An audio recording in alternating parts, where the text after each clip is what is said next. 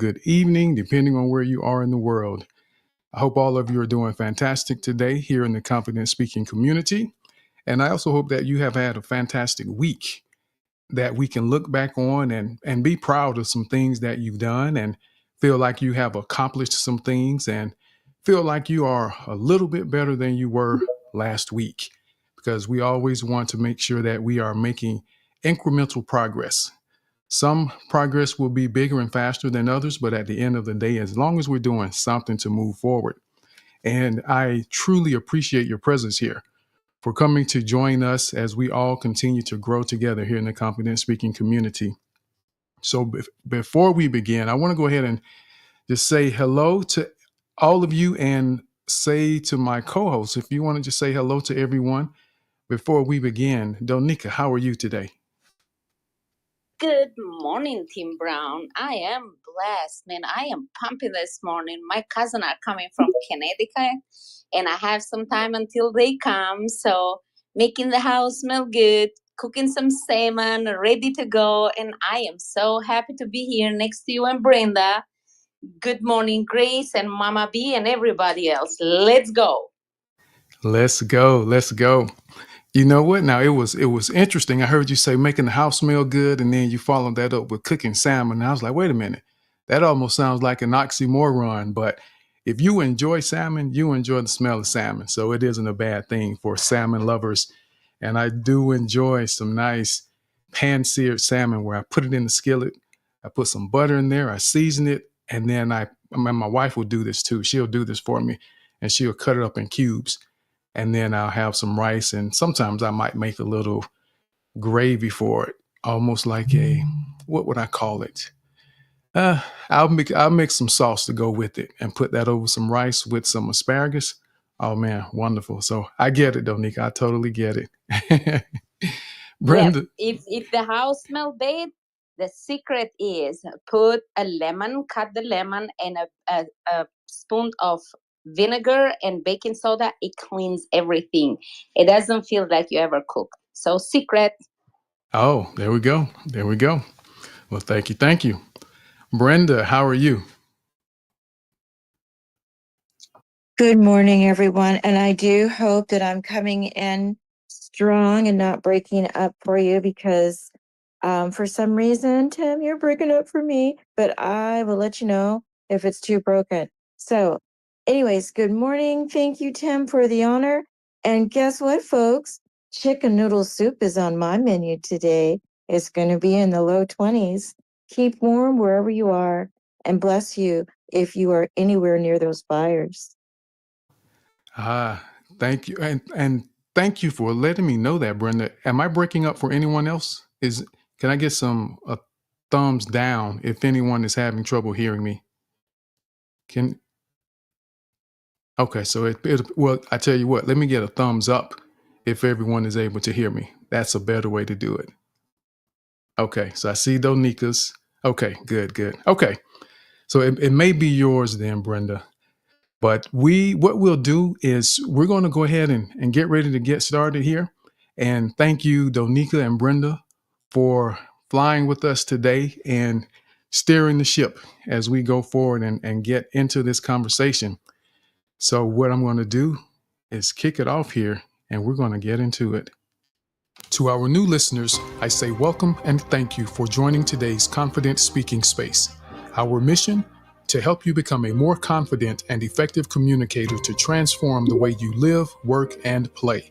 We have 4 pillars to help you do that. 1, the 4 P's, which are pitch, pace, power, and pause, to speak more dynamically. 2, conciseness, which helps you sound more organized and thoughtful when speaking.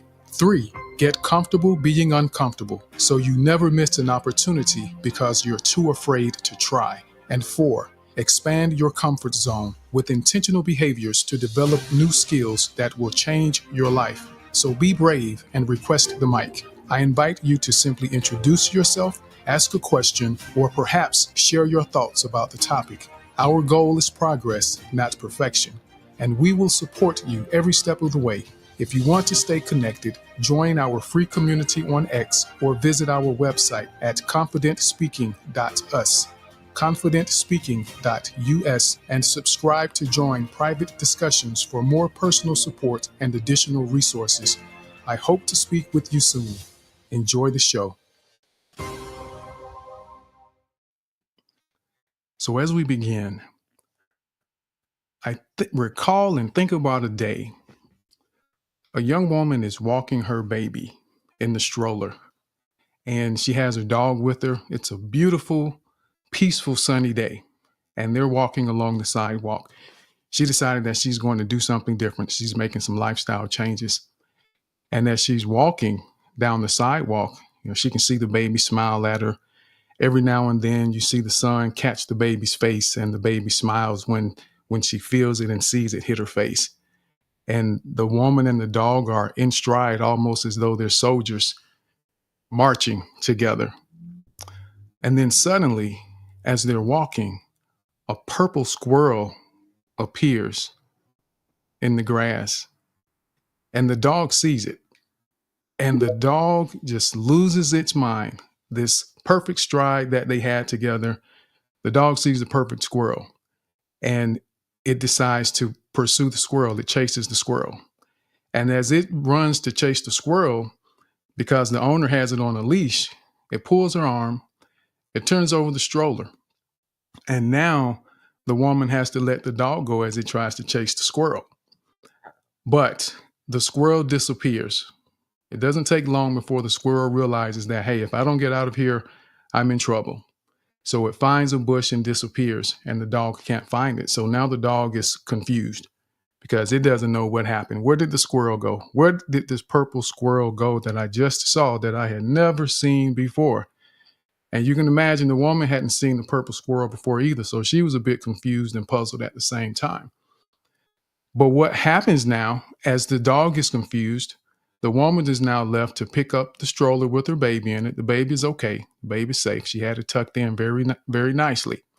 But her shoulder's a little sore.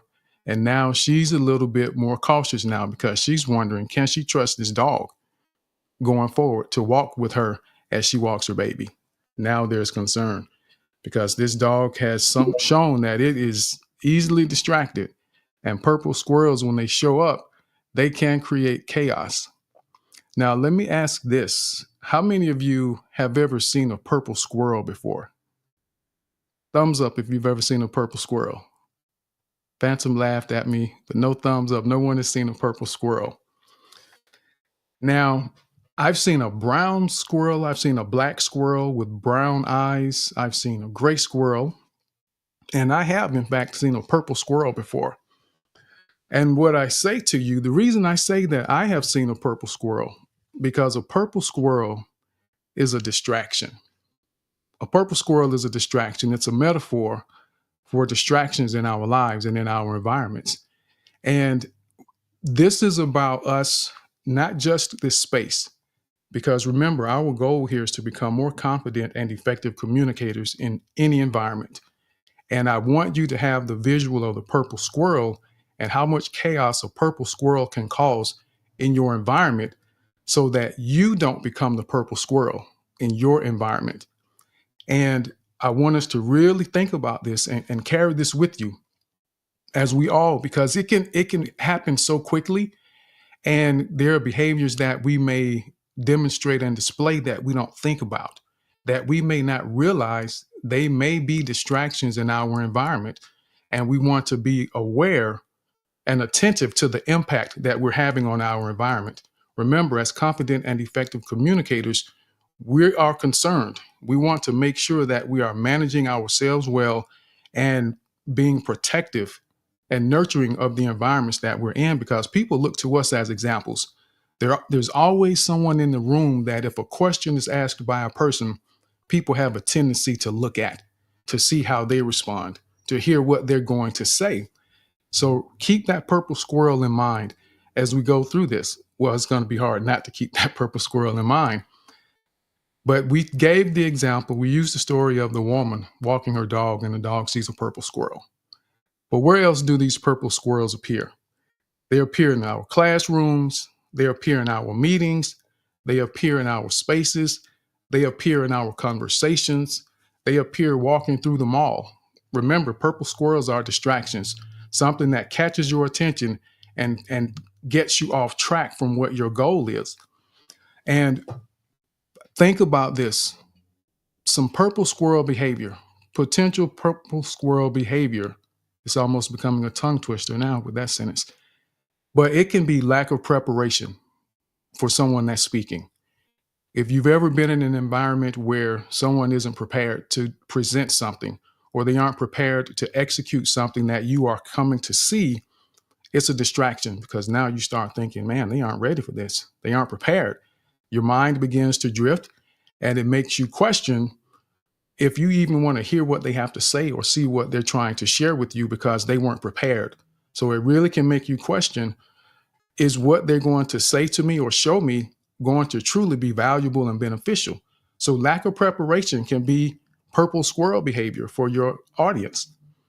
Oversharing can be purple squirrel behavior because remember what the purple squirrel does is it distracts you. It becomes a distraction. Off-topic interjections can be purple squirrel behavior. When you're in the classroom, when you're in an environment where people are trying to accomplish something specific, if you step in and you go off topic with thoughts and ideas, it hinders the ability to get to the goal that everyone is trying to accomplish. Purple squirrel behavior. Grandstanding is purple squirrel behavior. And grandstanding doesn't mean that you stand on the table with a bullhorn saying, I'm the greatest ever in the world. It could simply just be that you have put yourself in a position that you have drawn all the attention to yourself. You made it about you. Everybody, look at me. Listen to what I have to say. Look what I can do. That is grandstanding, and that's purple squirrel behavior. And in the world of business, there's something called scope creep when people are trying to complete projects. Because for any of you that may be project managers or have considered being project managers before, a project manager is expected to be able to manage a project to stay on task, to stay on time, and to stay on budget. And if they don't do that, then they lose their credibility and the opportunities begin to disappear. So it's very important for a project manager to be able to manage what they call scope creep. Scope creep happens when you have people who are introducing ideas. They are bringing up thoughts and interjecting in conversations, and it takes them away from the goal. So imagine driving in a car. When you're driving in a car or riding in a car, the scope of you driving is within those two lines that are on the road. And if you veer outside of those two lines, that means there's scope creep in what you're supposed to be doing as a driver. And if there's too much scope creep for too long, it can be very devastating on the road and in your project. So we're thinking about purple squirrel behaviors. So scope creep is something that happens, and it's the behaviors that people demonstrate that can cause that scope creep. So really be mindful of that in the various situations and circumstances that you may find yourself in. Now, what I want you to keep in mind is that the goal here is that we don't become the purple squirrels. I don't want us to be the purple squirrels in our environment because there's a lot that can rest on that. People are always watching what we do. They're always listening to what we say. And our behaviors will shape people's perceptions about us. So if we demonstrate purple squirrel behavior, there are some risks that we face. There are risks of being the purple squirrel and risks of being perceived as the purple squirrel. What are some of those concerns around either being the purple squirrel or being perceived as the purple squirrel? If you're the purple squirrel or just being one, it can incite future chaos and disorder in an environment. Because remember, the purple squirrels are distractions. And there's a tendency that as humans, when we see someone do something in an environment, there's a tendency that someone else will do the same thing. They begin to follow along. There's this saying that says, monkey see, monkey do. I looked it up to make sure that I didn't see whether there was anything bad about it. So I was like, wait a minute, before I use that, let me check on this. And I did Chat GPT, and it didn't associate it with anyone in particular. So, but it's a monkey see, monkey do type of scenario. So we want to be careful of that. And as a confident and effective communicator, you may be the person that is facilitating a conversation or a meeting, and you need to be aware of what happens with purple squirrels in your environment. You don't want to be one, and you want to understand how to manage one as well. But it begins with making sure that we are not one. That's the most important aspect, is that we make sure that we aren't the purple squirrel, because they can incite future chaos and disorder and just totally disrupt things. And it starts with one moment of jest, one moment of laughter, one moment of saying something that's a little bit off topic. And before you know it, everyone is doing the same thing. And now you just lost total control of what you were trying to accomplish. You may appear dismissive if you're the purple squirrel. As a distraction in a conversation or an interaction, if someone is sharing something with you that's very important to them, or they're trying to accomplish something that is really urgent and pressing, and you become that purple squirrel, you may appear dismissive, as though the concerns of what's happening, the goals, are unimportant to you. And now you look like the individual that's going to disrupt or hinder the ability to make progress. And you know, if you've ever been in a relationship and you don't take the time to listen to the person who has a concern, they feel dismissed. And it's going to be basically impossible to have a healthy and successful relationship with someone if they see you as being dismissive when they're interacting with you. Your leaders, if you have a job or as a business owner, your leaders may not trust you as a representative. Imagine them seeing you as a purple squirrel. They are not going to trust you to go to an important business meeting because you have demonstrated that you don't have the ability to stay on task. You don't have the ability to maintain the order and the structure of what needs to happen in given situations. So keep that in mind. Leaders may not trust you to represent them. They may not trust you to put you in leadership roles because they need someone that has the ability to focus and someone that has the ability to stay on task and do what's necessary for the moment to be able to move things forward. Because there's a time for everything.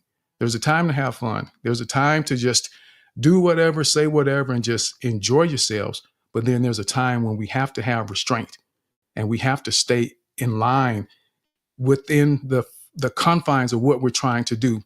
And I know we often say, think outside the box, but sometimes the box has a purpose. Because if someone is shipping some money to you inside of a box, you don't want your money hanging out of the box. You want it to stay completely confined inside that box. So sometimes we need to stay in the box. The box can be good. An interviewer. If you are a purple squirrel, the interviewer may not see you as a good fit for the company. And depending on the type of distraction you present yourself as, they may see you as someone potentially who will disrupt their environment completely and not be able to get anything done, maybe not fit in because of whatever the reason may be, if they perceive you as the purple squirrel that's going to create distractions in their organization. And then it also leaves issues unresolved. In your relationships, purple squirrels very rarely get issues resolved in relationships, which leads to those feelings of dismissiveness or those feelings of being dismissed. Because if you're constantly distracting someone, remember the dog and the lady walking her dog. When the dog was distracted, he ran off to chase the squirrel. So now she's got to figure out how to pick the pieces back up, get the baby back in the stroller, rub her arm a little bit because it's sore, because the dog was distracted by the purple squirrel. So issues don't get resolved when purple squirrels show up because they're going to be a distraction and a disruption to the environment of what's going on. So those are some of the risks and considerations that I want you to have in mind when you consider the fact that we don't want to be or be perceived as the purple squirrel in the room. And there are a number of other things that could come to mind for other people and different people based on their experiences when we think about how this purple squirrel shows up in our world. Now, what I want to do is share three things, 3 C's to avoid being the purple squirrel. 3 C's to avoid being the purple squirrel. Consideration. Consideration. Always consider if what you're going to do or what you're going to say is going to add value to the moment, or is it going to take away? Is it going to enhance, or is it going to make a worse situation? We need to consider that. We need to consider what's at stake in that moment before we decide to say something or do something. Because you can have something that's great to say, something that's is beautiful. It can be very exciting. It can be interesting, but is it valid for that moment? And we have to understand that. Understanding, again, what's at stake. Is there a risk for what you're going to say? Is there someone's feeling that's going to be hurt because they feel dismissed because you've become a distraction in that moment? So what's at stake? Consider, who am I serving? Who am I helping? Who am I trying to serve with the things that I'm going to say or the actions I'm about to take? And if we stop and think about it, there are a lot of times, and I personally have had some moments where I thought and said, you know what, this I'm doing this for the wrong reason. Let me not do that. Because when I think about it, it may not necessarily be for the right reason. I'm serving myself. And it requires us to be honest with ourselves to be able to recognize that and be willing to have the composure, which is the second C, to restrain that emotion and that feeling. But who am I serving? And then consider, what's my struggle? When we're in environments and situations, consider, what do you struggle with? And I hear people say, you know, I can talk a lot, I can be long-winded. I hear people say they have certain diagnoses that they may have to manage in life. I hear people say they have a hard time putting their words together or organizing their thoughts. And you need to consider that, because even with the best intentions, if there are certain things that you struggle with, that can become a distraction in certain environments. And if you struggle with something, we want people to be considerate and patient with us. We want them to be empathetic with our struggles. That's why we share them many times with people, so that they can be empathetic and have a little more patience and grace with us. But at the same time, if I have a struggle and I know that, it's also my responsibility, not only to myself, but to my audience, to try to figure out how I can minimize the impact of my struggle on them. So if you struggle with getting your words and thoughts together, figure out how you can do it a little differently and make it easier for your audience. So there's consideration in that. If you know time is short and there's a struggle that you have, then it may not be the best time, because it may take too long, or it may require too much to be able to provide what it is you're trying to share. So again, we're trying to avoid being the purple squirrel in the room. Composure, the second C. Composure. Manage your emotions. We get excited. We're listening, we're observing, and things come to mind, and we're like, ooh, I've got to share this because this is good. This is good. I love this. I love what I heard. I love what I saw. And we get excited about what we're going to share. But we have to remember that just because we're excited about something doesn't mean everyone else is going to be excited about what excites us in that moment. And that's where consideration comes into play. When we think through some of those things, it helps us remain more composed. We think through it. We take time to understand that, you know what? I just won $100 last week, but you're in a room with a bunch of people who make $500,000 a year. They probably won't be excited about you winning $100.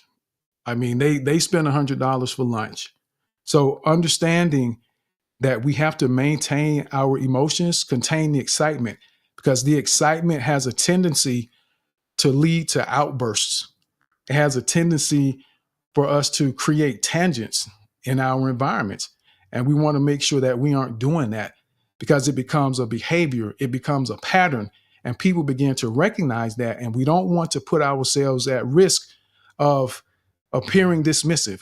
We don't want people to see us as not being a good fit. We don't want to be the person that causes issues to not be resolved because of the distractions we create in those situations where we should be adding to it. Or sometimes we just don't need to say anything at all, because it's a moment that we just need to listen. and take in what's being said. Those outbursts, if we lose our composure, it's a distraction to the speaker and to the listeners as well. So think about that. It affects everyone. It's not just the person that may be cut off or disrupted while speaking. It's the listeners, because it really, I struggle in conversations when someone is speaking and then someone else just jumps in and cuts them off in the mid sentence. Because I'm listening, I'm trying to understand, I'm trying to hear what they said. I want to understand what their point is, and someone jumps in. Depending on the conversation, depending on the people, there are times I might say, "Hey, wait a minute, John, can you give me 1 second? Because I really want to hear what Sarah was saying. I would really love to hear the rest of Sarah's story." But I struggle with that, and that at times will make me take a step back, and it changes the way I interact a little bit in that moment, because now my mind has been distracted. That purple squirrel ran across the table, and now I'm stuck on them disrupting what I was trying to hear, because I could have learned something. I could have figured out how to understand that person better. I could have figured out how to do the assignment better at work, or how to care about someone differently. So just a number of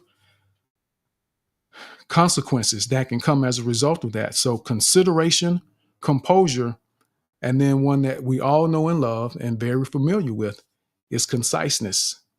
Conciseness. Refine our thoughts. If we refine our thoughts, that helps us avoid being the purple squirrel. It helps keep us on track. And it helps make sure that we have a specific message that's clear. As we practice conciseness, as we become more concise and more capable of demonstrating conciseness, it allows us to be more understandable. And if you struggle, as we said, if you have something that you're struggling with, write it down. Write down the thoughts.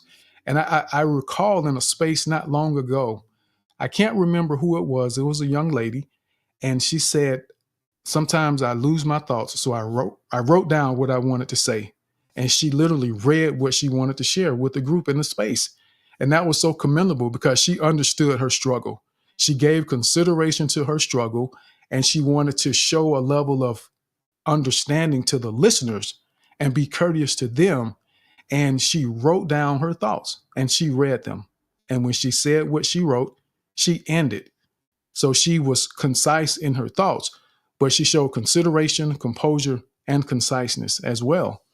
So I want you to keep those things in mind. That purple squirrel, we do not want to be the purple squirrel, because I know that we have all experienced a purple squirrel at some point in our lives. And what I want to do as we get into this conversation, I have 3 questions that I want us to kind of focus on. I want to know, which of the 3 C's do you need to grow in the most? Have you seen purple squirrels affect you, or how have purple squirrels affected you or the environment you were in? Or how do you handle purple squirrels in your life? I would really be curious about those 3 things. And what we'll do, because I'm really I've become more intentional about how we move forward with the space and just what I'm doing in general in life. And sometimes we have to change behaviors. We have to set standards in our lives. We talk about boundaries all the time, but we have to set standards. And the people who want to be around you, the people who are going to grow with you, they recognize the new standards and they raise to those standards, and they elevate to meet you there, so that we all continue growing together, because there is a purpose and a point for order and structure. It allows us to be more impactful, more effective, and more efficient in what we do. And that's why I know people they would laugh at the chime here in the space, but it's impactful. And I know it makes a difference. We may not always see it right away, but eventually you begin to recognize the impact that conciseness has on your life. So with that said, just a reminder to everyone, when the first chime rings, that means you have 30 seconds left. And when the second chime rings, that means it's time to wrap up. It's time to wrap up so we can go to the next speaker. And I really want everyone to to lock in and focus in on what we're doing today. I want us to get more intentional about that, because this isn't just about here in this space. The greatest athletes practice intensely and intently, and we perform the way that we practice. And if we practice being loose and carefree, we're going to perform loosely and in a carefree manner, which is why even when I write my tweets, I still take time to try to use proper grammar and punctuation, because I don't want to get careless. In my text messages, I still try to use proper grammar when I'm writing my text messages, because I'm trying to make sure that I maintain my standard of excellence in what I do, because it carries over. If you start in one area, cutting corners, eventually you're cutting corners everywhere, and you don't even realize that you've done it. You've made it a habit. And that's why intentional behaviors are so important for us to maintain when we're trying to live a life of excellence and be confident and effective communicators. It matters. So what we'll do is I'm going to go to Brenda and then Donika. I saw your hand, Brenda. Go ahead. Okay, I wanted to kick this off, but I should alert you and let you know that in Google, purple squirrel is a metaphor used in recruitment to describe a job candidate who is the perfect fit for the role. So they're defining purple squirrel differently. So I'll let you move forward however you wish with that being said. But for me, how I handle your description of purple squirrel, basically think distraction. And if you find that this such person is a distraction, you have to make an observation. Are they a distraction with more than just one person? More than two people, more than three people? If one purple squirrel is the obstructing many points, then you have to consider the source. So we need to consider the source, and that means that we need to let that purple squirrel kind of, let's say, hang themselves, because they always do. They simply do. And yes, there are in many cases they will absolutely do that. You give people a little room and you let them do what they're going to do, and they find themselves in a corner that they can't get out of. And thank you for mentioning that, Brenda. I did know that in recruiting, that's what they call the purple squirrel, and I contemplated another color, and I may change the title so that it has a different coloring for all my recruiters in the space, so that you don't feel like, hey, well, he's got that wrong. And this is where it's okay. Sometimes you set your own standard, you create your own word and give it your own meaning based on what you're trying to do. That's part of being a confident and effective communicator. And this is why a baseline of understanding is important, so that if someone listens to this, they know that when we say purple squirrel in here, we're talking about distractions, not that excellent candidate that they want to have. But I really love that you went to look it up to get a reference and a sense of understanding of that. And that created a teachable moment to remind us that the baseline of understanding is very important when we're communicating with people. Go ahead, Donika. Well, thank you, Brenda, for that. When you said, have you seen Purple Square? I just have seen you and studying biology, but we go for distraction with zebra, because zebra have the stripes, and when she ran from the lion or predators, she camouflages herself to distract the predators. That is example. But I want to bring example from my own personal life with students. So this is like exercise for all of us. Picture yourself when you are kids. So in the classroom, if the teacher is not organized and you don't know what to do for 90 minutes, which is opposite with me because I write everything step by step, what are we going to do?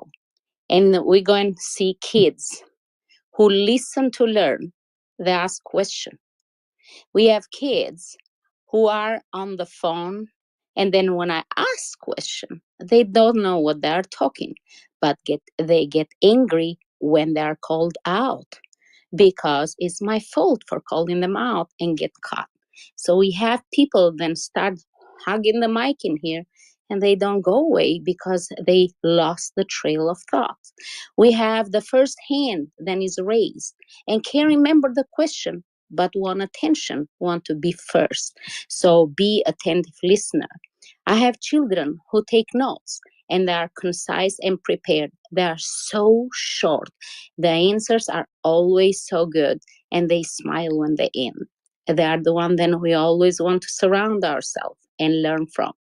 And I have the disruptors who just want to steer the pot, but they wait until the end of the class to say something out of content or go outside in the hallway and speak. And the kids come back to me and say, Miss Gunther, a person is talking in the hallway. So we have to be careful how we set our intention in these spaces in our life. If we recognize that purple square, or if you want to be that zebra in a walkway, so be prepared, write things down, be attention to the time you have. And this is great topic because we all need to learn and to find more mindful ways to grow and improve in our life. Thank you. Yes.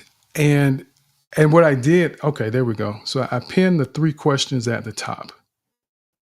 Yes, so the questions are at the top for you to consider.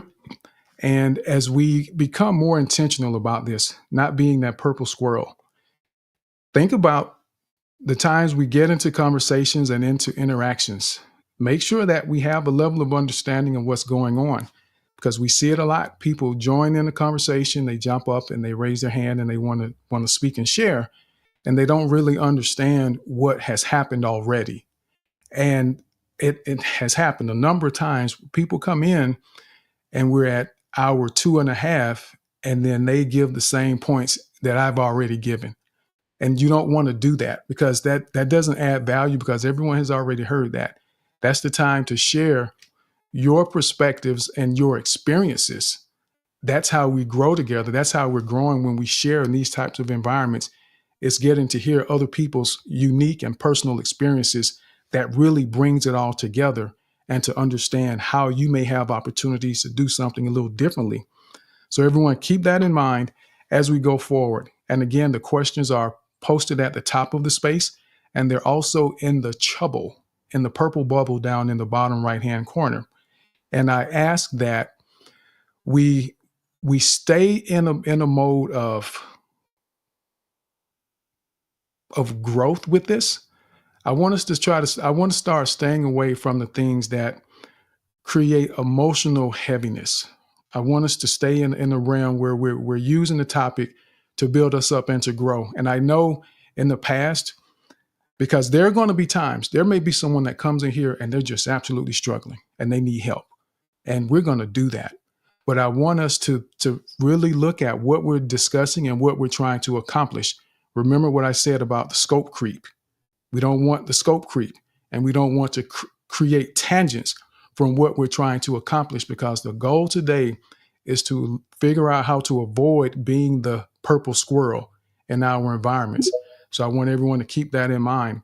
So don't be offended if I ask you to pause and redirect, because I'm getting us to a place where we raise our own standard so that we begin to do the things intentionally that will carry over into other areas of our lives, because people are paying attention.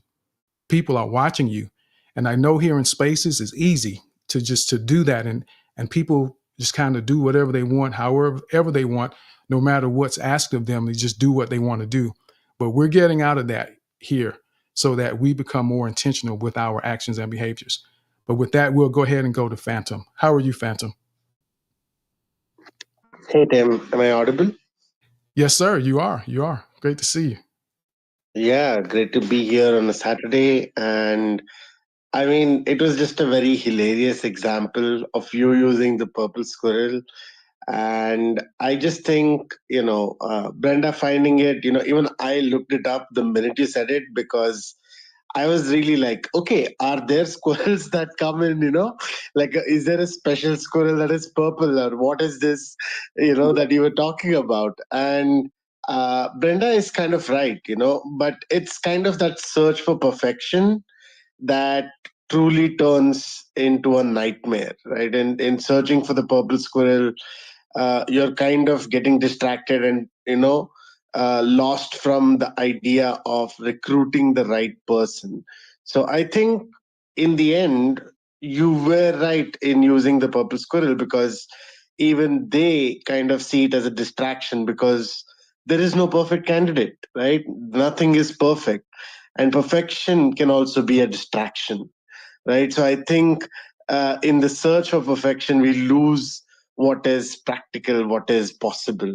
And so I think that was still a very valid point, and the purple squirrel point still stands.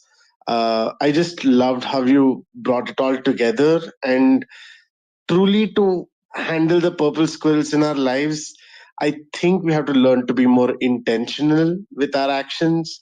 Sometimes it's just, even in the middle of my own work, sometimes I just stop myself and think, okay, what is it that I really want to achieve with these actions?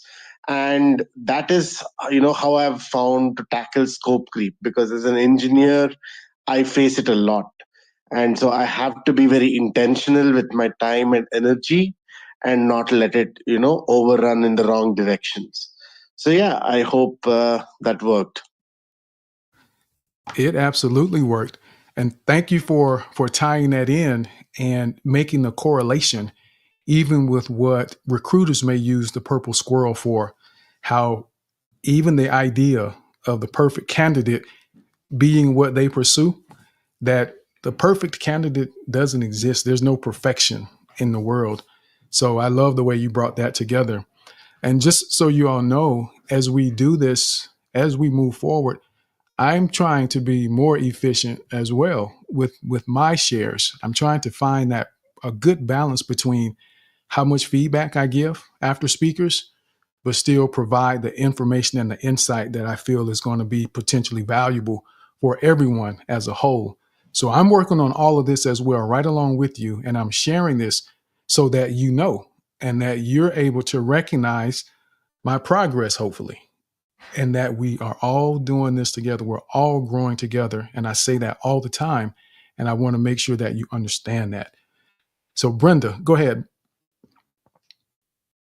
Thank you, sir. Yes, we are all growing together. That's what families do. They grow together. I want to say very quickly that being mindful the spaces that we go in, this space specifically, this particular space is a bow tie space. That's just the best way I can describe it. And so being mindful of the spaces that we go in. We are here to learn. This is not the space where we can just like kick back, talk about, whatever. So I wanted to throw that out as we move along, as the weeks go by. Thank you for that, Brenda. And yes, I agree, because this goes down to purpose and intent. And this also is a reflection for all of you, for all of us, that when you decide you're going to do something, understand your why and be committed to your why. And when you have a why that you truly believe in, you won't be easily distracted and you won't be easily swayed by other people's thoughts, ideas, and actions. Because there are people that I've encountered people that feel like the chime is disrespectful. They feel like it denies people an opportunity to share their thoughts and their hearts. But I have a goal and a purpose. So I'm comfortable with that. And if someone feels as though that just denies them the ability to basically grandstand, is what someone that will argue and debate about the timer is wanting to do. Because if we're growing, we're comfortable making adjustments to figure out how we can be better. And those are the people that I'm trying to attract, is the ones that want to grow, that want to get better. So thank you for sharing that, Brenda. Absolutely. And everyone is welcome to speak. You're all welcome to come up, grab the mic. That's the only way you get better is practice. We can give you thoughts and ideas, but at the end of the day, you have to do the work. You have to put in the time. You have to open your mouth and speak. And we give people the opportunity to come up as speakers, and you don't actually have to say anything. As long as we don't need the extra mics, you're welcome to just come and be a speaker, because that may be progress for some people. Some of you may still be at a point where you're terrified of even seeing the word speaker under your name, and that may be your progress for the day. We welcome that. But we don't call on you unless you raise your hand, because we know that some people are coming up simply to take that first step. So I wanted to throw that out there just so that you know and that you're aware why you may be sitting there and we don't call your name. That's because we give people an opportunity to raise their hand so that we know they're ready to speak. You may be trying to write your thoughts down. So I don't want to catch you in the middle of writing your thoughts down, because you're being considerate of a potential struggle you may have, or you're trying to decide if I'm going to add or detract from the conversation. So just throwing that out there. But I see Wisdom Leo's hand. Wisdom Leo, how are you? Welcome to the space. Yeah. Hi. Good. Hi. How's it going? How's it going today? It's going very well. How about yourself? Very fine. Very fine. Very wonderful, actually. Yeah. I just want to chip in. Just a couple of things. I mean, yeah. So growing up for me, I was an introvert actually, and I'm giving this tip for those who are scared of stepping out of their comfort zone or speaking out actually. So I hated speaking. I know that I hated speaking was because the fear of being humiliated. That was what made me stay in my space, in my own zone or something. But I didn't even have friends. I hated friends. No, I didn't hate people, but more like I just felt no one gets me. Yeah. And one of the things I'm going to say to anyone here who has any form of phobia or fear, yeah, I'm a mental health therapist and I deal with that also. Anyone here who is dealing with any form of fear or phobia, I will tell you that it looks real in your mind based on your experiences, but it's not real. Yeah. The thing is, in the moment, you're going to feel so overwhelmed. I mean, you're going to have heart palpitation. I mean, just to speak or even say hello, yeah. Um, but over time, it's going to get better. You got to realize something. Ask yourself something. What have you look at the things you've lost just by keeping quiet? The girl you wanted passed you by. I mean, and someone is dating the person without you speaking. The guy who you wanted because you couldn't speak out. And it doesn't just mean, so the fear of speaking out doesn't just mean you're not able to speak in spaces like this. Is that it robs you of joy and being able to express how you're feeling. Yeah, and that's what makes people, I mean, that's what helps develop things like depression because you're suppressing certain things that will need to be expressed. Yeah, so that thing you call fear only exists in your mind. Okay, so for everyone here, this is and I love what Tim is doing actually. This is wonderful. It's just within us. You're not meeting anyone physical, it's just online. Yeah. And everyone here is actually here to encourage everyone. Yeah, so for someone like me, like I said, I was risk averse, I was always fearful, always afraid. I mean always afraid. But what made me become this kind of person I would say one is exposure, things like this, and coming to spaces just to say hi or listen. Yeah, saying hi. I remember the first time I joined the space, I was having heart palpitation. I mean, my heart So was beating. wisdom, is it wisdom Leo? Yes, wisdom Leo. So I want to truly thank you for that encouragement that you are sharing with everyone, because that's one of the biggest goals of the space is to encourage everyone to help us become more confident and effective communicators. And one of the things we do in the space is we have moments that we consider teachable moments that will stand out. And I love you adding that tip for everyone, but I want you to think about it. Now, thinking about what we're doing today, because as we're talking about the 3 C's to avoid being the purple squirrel. And I posted at the top because I want people to take a look at those 3 questions at the top so we can dig into that. Which of the 3 C's do you need to grow in the most? Have you seen purple squirrels affect you or the environment you were in? And how do you handle purple squirrels in your life? Now, I don't want you to feel bad, and I'm not trying to put you on the spot, but what I'm doing is I'm trying to make sure that we all become intentional about what we're doing, that we become attentive to what we're doing, and that we're doing the thing that we say we're trying to do. Because if I don't say anything now, then someone else comes up and they talk about something different, and then someone else talks about something different, and then we get away from the topic. That's why spaces go off the rails all the time, because the hosts don't step in. And I've been guilty of that. But I'm doing things differently this year. And it's my bad. And that's not a good leader, to allow your people to do something that doesn't help them, that doesn't benefit them. And you'll hear people say that being a leader doesn't make you the most popular person. Sometimes you're the person that people don't really like that much, because you have to put things in place that make people uncomfortable. So this is probably an uncomfortable moment for you, but I want you to know I'm doing this out of love, because I want all of us to think about this. Think about this. What's the goal today? We want to talk about the 3 C's to avoid being the purple squirrel. So there's 3 questions at the top that I want you all to think about. Take a look at it and see which of those questions resonates with you, that you feel like you want to share, and share that with the group. But Wisdom Leo, thank you so much for being here. And I appreciate that. And I'm super glad that you figured out how to not allow the fear to cause you to not do what you need to do, and position yourself for opportunity that makes a tremendous impact. And what I'll do is I'll go back. Do you want to respond to one of those 3 questions? Or do you need to think about it for a moment and we come back to you? You're muted if you're speaking, Okay. Wisdom Leo. Okay. Let me think about it. Okay. Yeah. Okay. Thank you. Thank you for coming up and sharing that with everyone. So I saw Mama B's hand. Mama B, how are you? I am fantastic, Tim. I am fantastic now that I'm here.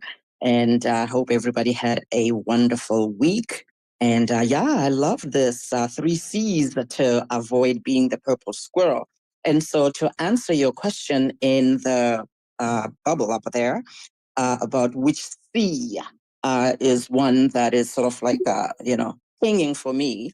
It is that composure, right? And I'm working on that one. And, composure to me is part of that emotional maturity and emotional intelligence, right? And there's a lot of wisdom in the composure. So when we talk about waiting to mention something that happens in the moment, that actually is wisdom. And right. And so when something is mentioned in an appropriate time, maybe behind closed doors, that is composure. That is wisdom. And so I'm working on that.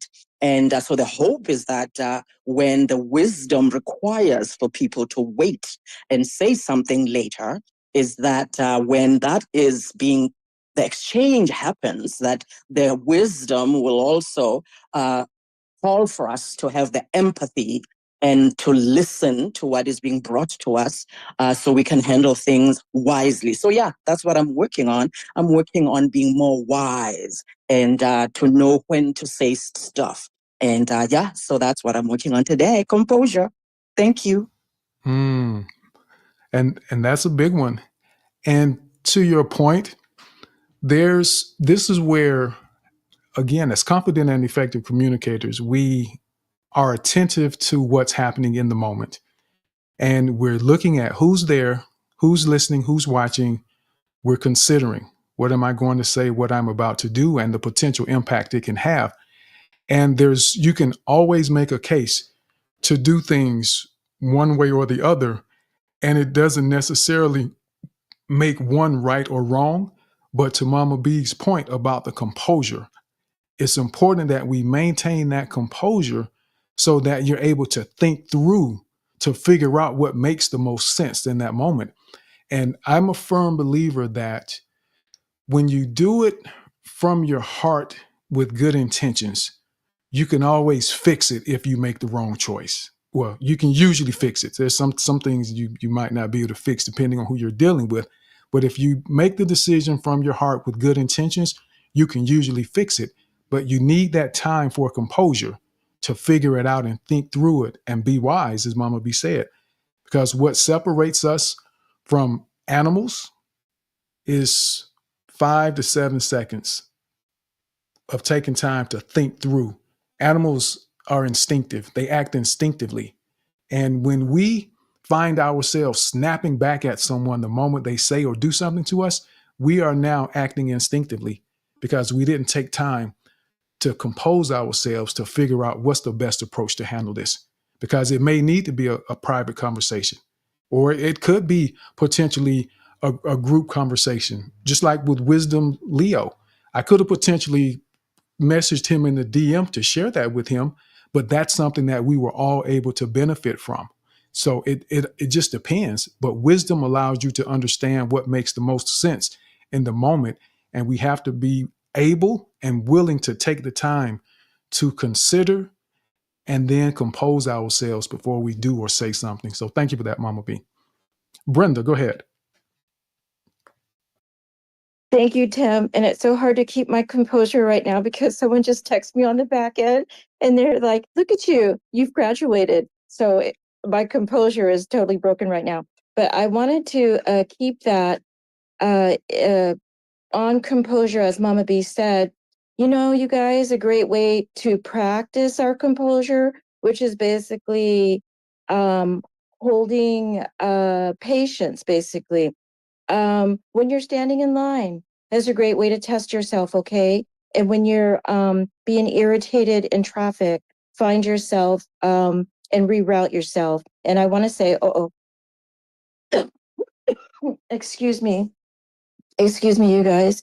I want to say that I knew I had composure, or I got more of it when when I working as a nursing assistant. I would be walking a patient to the bathroom. There's like 10 feet, okay, from the bed to the bathroom. And this patient is like 20 minutes there and 20 minutes back. And I've got 12 other patients to get to, right? So I am really solid on patience. So that's a big one for me. Composure and patience.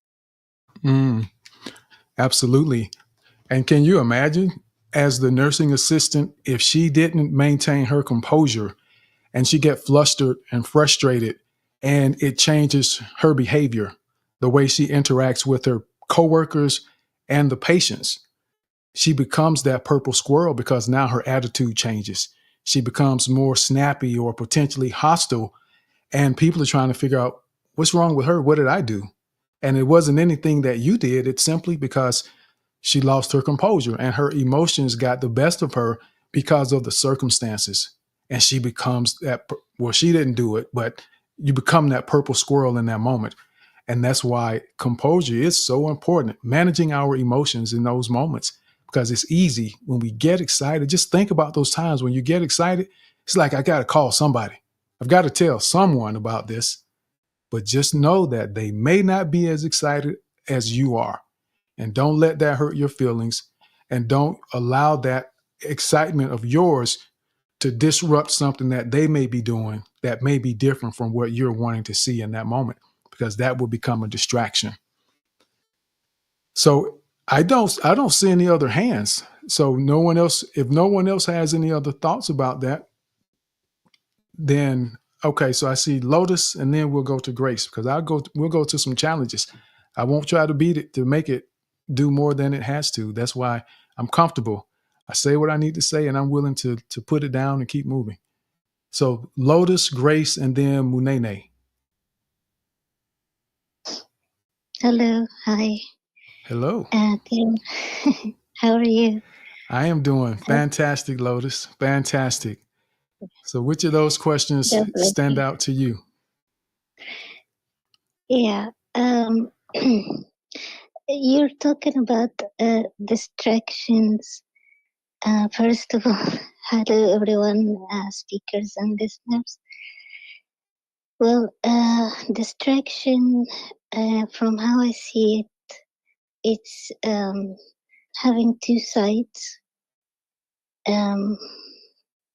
Sometimes it's from inside the person, and some other times it's from the outside. So the thing is to ask why I am distracted. What is the reason? Is it emotional or thoughtful? Something I am misunderstanding or getting in a wrong way? So here's the thing, how I found it. Sometimes when there is something going inside a person and he or she is not dealing with it, they are going to try to, avoid and make some distraction for his or her own self. So, what I want to say in this case, we need to look inside and know the reason of the distraction we're having from the inside. As for the distractions that is coming from the outside, because I have experienced both actually, and the distractions that come from outside are simply things that are trying to make you look or see something that you're not looking for or you don't want to look about. I don't know. It's pointing you to see something. So that's how I found the distraction from the outside. How to focus is simply by solving the problem. If you're having distraction inside, by knowing the reasons, whether it's inside or outside. And I don't know, I don't think that it's something fixed for all of us, so we can really put a title to it. Thank you. Thank you, Lotus, for that. And yes, when we think about the idea of the purple squirrel and the distraction that purple squirrels can represent, is we know that there's usually a reason that people do things. It's often based on past experiences with family, friends, or whomever it may be. There's circumstances that lead us to behave the way that we do. And to your point, Lotus, if we are that purple squirrel, it's important that we try to figure out why we are doing the things that we do. Why are we being disruptive? Why do we feel we need to get attention from people, even though we aren't necessarily trying to help them or add value in a situation? What is it that's making us feel that way? And this conversation, I'm hoping, will make us all think about that, because I believe that when you find yourself in conversations going forward, there's going to come a time that you're going to pause before you speak and you're going to think about your intent. You're going to consider the 3 C's that can help us avoid being that purple squirrel. You're going to give consideration to what you're going to say, why you're going to say it, how you're going to say it. You're going to try to make sure you're doing it from a position of being composed. And then you're also going to try to make sure that you're concise when you say it. But we have to figure out the why. What's going on inside of me that makes me feel this way or makes me feel as though I need to do this? Because sometimes I have been honest with myself in the past and I've said, you know what, you're just trying to get attention. Be quiet. I have said that to myself because I knew that's what it was. Even though it would have been something nice, it could have been good. But at the end of the day, it simply would have brought attention to me. And it would not have been with the intent of just simply adding value for someone. But we have to be honest with ourselves. But thank you for that, Lotus. Thank you, thank you, thank you. Go ahead, Donika, and then we'll go to Grace Munene, and then Brian and George. You're muted. Thank you. Oh, there you go. Yes, one of Mine is number 2, because working with others, with kids, with coming in social media, and for myself, how does Purple Square affect me when it comes to my life? And that is awareness for me and being mindful. So I have to see how it affects my body, because sometimes when we inhale so much from people problem, and we are show affection, show empathy and compassion, and people leech on you and put all their problems in you. So do you have that balance set? Set the balance and see how it affect in your body. Feel your body, how it reject.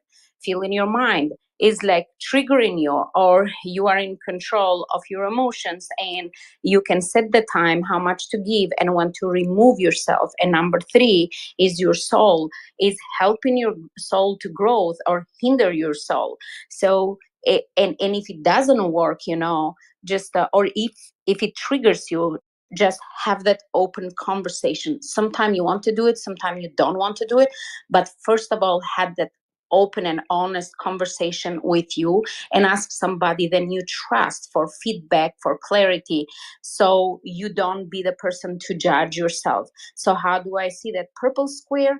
I am mindful. Sometimes, it is like, if I have the time and the desire to give little bit more, it's like you time, then you put 3 minutes. This is my time, this is what I'm going to do. Identify the distraction, set the boundaries, and limit that engagement, because more than you're engaged, more is going to suck you in like that vacuum. When it goes, it takes inside everything.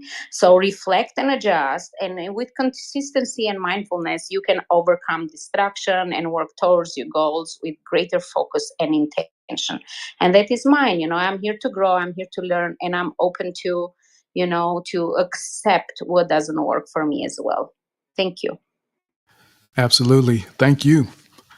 And part of our communication is about our awareness, our observation, and the point that Donika makes about how are you affected? How does it affect your body? And when you stop and pay attention to it, you'll realize that your interactions with people can have a physical effect on your body. And I am very attentive to my body. I recognize when things are different, when there's a shift. I pay attention. I wear my Apple Watch and I'm looking at my heart rate. When my heart rate gets to a certain level, I realize that I probably haven't been working out enough, or usually I haven't had enough water. There may have been a few days where I haven't hydrated myself well enough, and that causes my heart rate, my resting heart rate, to increase. So I pay attention to those details. I recognize how I feel when people do certain things, or when they say certain things, or when they behave in certain manners. And we need to be attentive to that, because those purple squirrels that become distractions in your life, they can be a tremendous hindrance to your ability to find the success that you deserve and that you're striving for, because we get caught up trying to appease, or we get caught up trying to pacify what someone else is wanting, needing, or asking for. So be aware of how you're affected by people, because there are physical implications that happen when distractions are in your life, where you're trying to think through and process, and it's very difficult to be creative when you're distracted. It's difficult to be innovative when you're distracted. It's difficult to be intimate when you're distracted. So think about that. And these distractions may happen now. Just say in the space. There may be a distraction that affects you in the space. And if you don't understand how to maintain your composure, then you may carry that distraction with you until tomorrow, because you're still thinking about it and you're not paying attention to how it's affecting you, to figure out how you're going to move forward and rise above whatever it is that happened.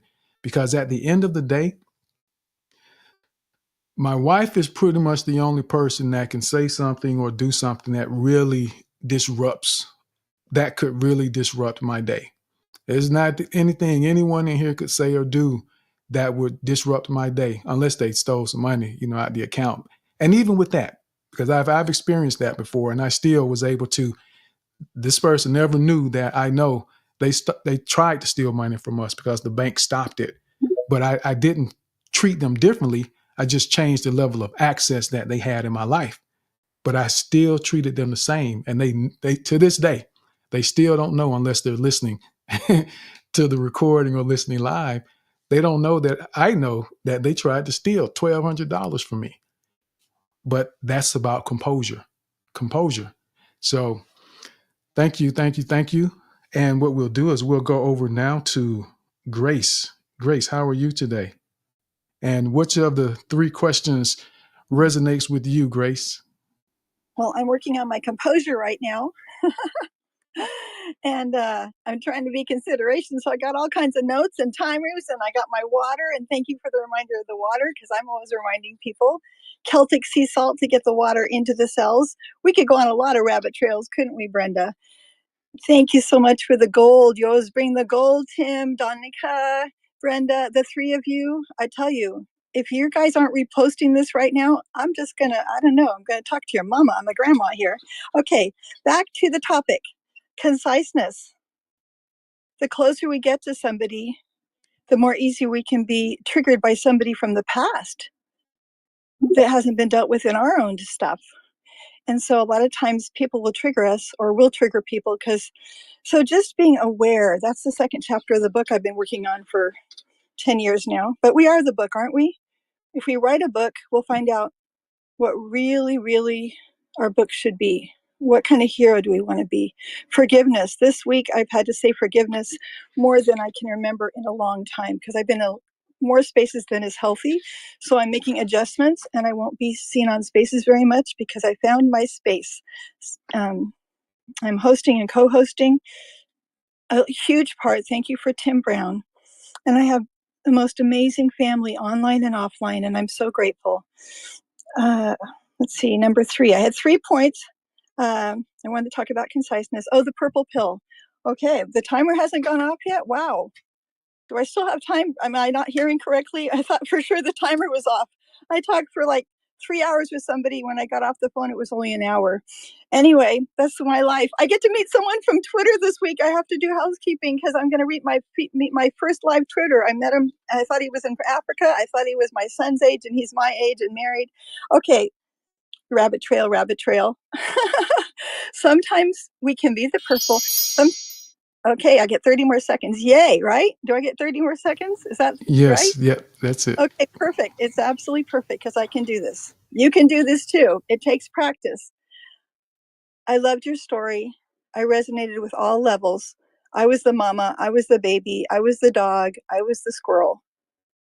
And the dog, I felt, was the most culpable in the situation, just so you know. Nothing wrong with the purple pill unless the purple pill has the wrong intent. If the purple pill, I'll land there. Love you. Thank you so much, Grace. And I love that, what you said about resonating with the dog in the story. That's where, when we're in certain situations, we all may have a slightly different perspective about what we see, because different aspects of the story, different aspects of the environment will affect us all differently. And we have to be able to recognize that and also accept that, because you may have a perspective about something, but everyone else may not share the same perspective. And we can't allow someone else having a different perspective to become a distraction for us. That can turn us into the purple squirrel, where we go down this rabbit hole of debate, and you turn a perfectly good conversation and interaction into something that it did not have to be, because we're trying to make it be something that it wasn't supposed to be. And remember that grandstanding that I mentioned earlier, where we're trying to make it about us.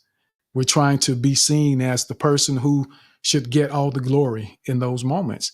So thank you for that, Grace. And I appreciate you and the intentional behavior as it pertains to conciseness. And just so everyone knows, it's work. It takes work to do that, especially if that isn't what you have typically done. It can be a little bit uncomfortable. It can be frustrating for a little while, But the more you do it, the easier it becomes because you figure out a process. You develop a plan to help yourself, as Grace did. She wrote down her points to help her stay on track, to be able to say what she needed to say within the time frame. And it gets easier and easier over time. And it won't just be in this space. Eventually, you will find yourself doing this everywhere you go. And you're going to think back one day, you're going to realize, wait a minute, you know what? Man, that chimer does work. I'm more concise, and people are going to start recognizing that because people see that. They recognize conciseness and thoughtful exchanges with someone, and they welcome that a lot more than someone that just dumps on them a bunch of things that they don't want to hear. And the next time you're in a conversation with someone, especially if you can see them and you see them taking a step back, they begin to create space between you and themselves. Between, yeah, they begin to create space between you, physical space. They're trying to get away because they feel overwhelmed in a lot of cases. Not every time, but in a lot of instances, they're trying to give you a sign that, hey, I'm ready to go. I've had enough. So be attentive to those little details. So let's go now over. We got Munene, Ryan, and we've got Katie, and then Brother E. Brother E. Well, we'll go to Munene first, and then I'll get it right from there. Go ahead, Munene. How are you today, sir? I'm doing well. Hello, everyone. How are you, Tim? I am doing fantastic, sir. Great to see you. Yeah, thank you for having me. Yes. Yeah, yeah. For me, every time I come up here, I want to say something, and everything just disappear. And yeah, so and when it's come now to Purple Square, there is no doubt. There is some Purple Square that I'm dealing with or struggling with. And I'm working towards becoming an effective communicator. And among the three, I think there is some aspect of the three C's that I really need to work on. Like, yeah. And for me, I feel that the most of the three C's that I really need to work on is composure. And I want to be composed. And the way I'm doing that is becoming more of an active listener. I want to listen more than I speak. And I think by doing that, it's only I'll be able now to be responding objectively by becoming a good listener. So I'm really working on being a good listener, and I don't want to talk much, because the more I talk, the more everything starts disappearing. So thank you so much. Thank you for the mic, team. Absolutely. Thank you for that. And that's an excellent objective to have, being a good listener and that conciseness. And what I would say, just a reminder, write the thoughts down as you're thinking about them. I have to do it myself. And I do it myself when I'm in other people's spaces, when I'm in meetings at work. If I'm listening and I have ideas that I may want to share, I write them down so that I can remember, and then I have the ability to process my thoughts. And you may need to read them until you get comfortable being able to paraphrase the thoughts that you write down. But write them down, just try that, so that you don't have that extra pressure on yourself. Because if you don't write it down and you find that you are losing your chain or train of thought when it's your time to speak, that's that additional nervousness or anxiety that's kicking in, that's becoming a distraction for you. So that's a potential struggle that you have, that you are giving consideration to. And writing it down will help you manage that struggle. And it also provides a more comfortable environment for your audience and your listeners as well, because you prepared yourself for that moment. But thank you for sharing that. Thank you for coming up, and kudos for continuing to keep grabbing the mic and keep sharing. And I just want to say thank you to all of you. I appreciate all of you coming up and sharing the perspectives, all of you that are pushing through the discomfort. and you're getting comfortable being uncomfortable. And I want to welcome the new people that have recently joined the space. So I want to play this for you really quickly. Greetings to everyone here in today's Confident Speaking space. Your presence is greatly appreciated, and we would love to hear from you. Our goal is progress, not perfection. So please don't be afraid to request a mic. You're invited to share your thoughts as a speaker or in the chat. We're all growing together, and we're here to help you become a more confident and effective communicator in every aspect of your life. If you're enjoying the conversation and want to stay connected, you can join our free community on X for updates about future spaces. But don't forget to visit our website at confidentspeaking.us for additional resources and to continue your journey. Enjoy the rest of the show.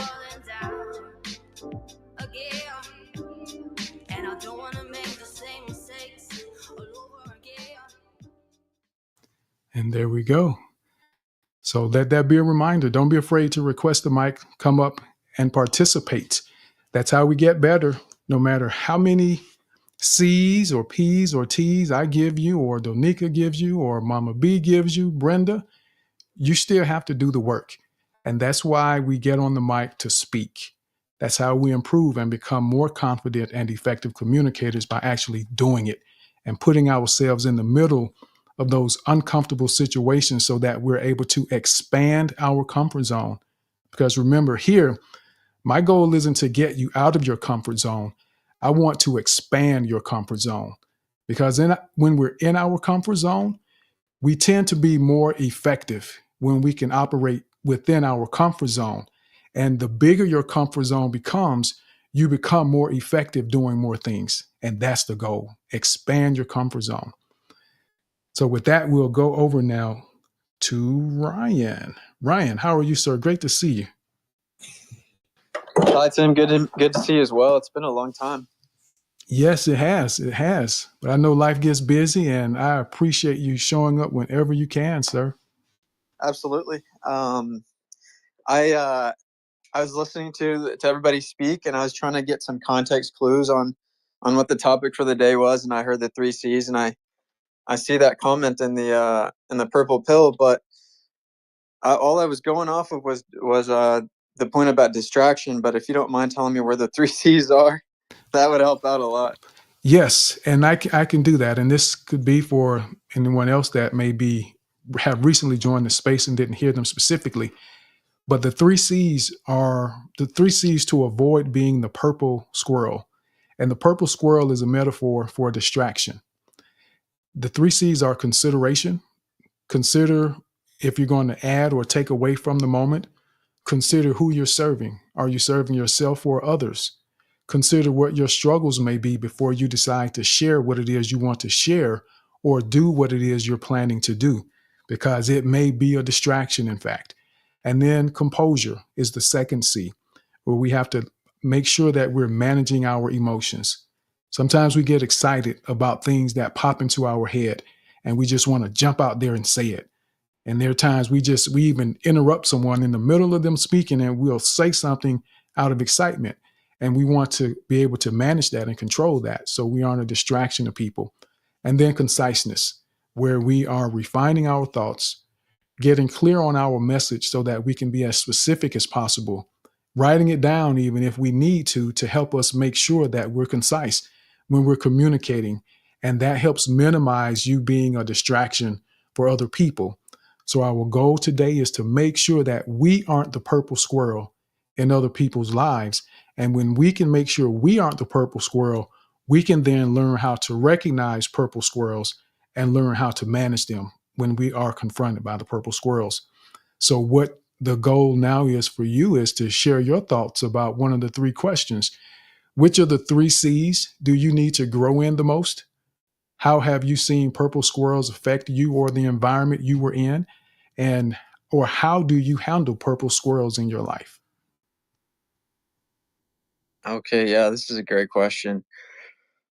I want to say my favorite is conciseness, but the thing that I probably should work on more is consideration.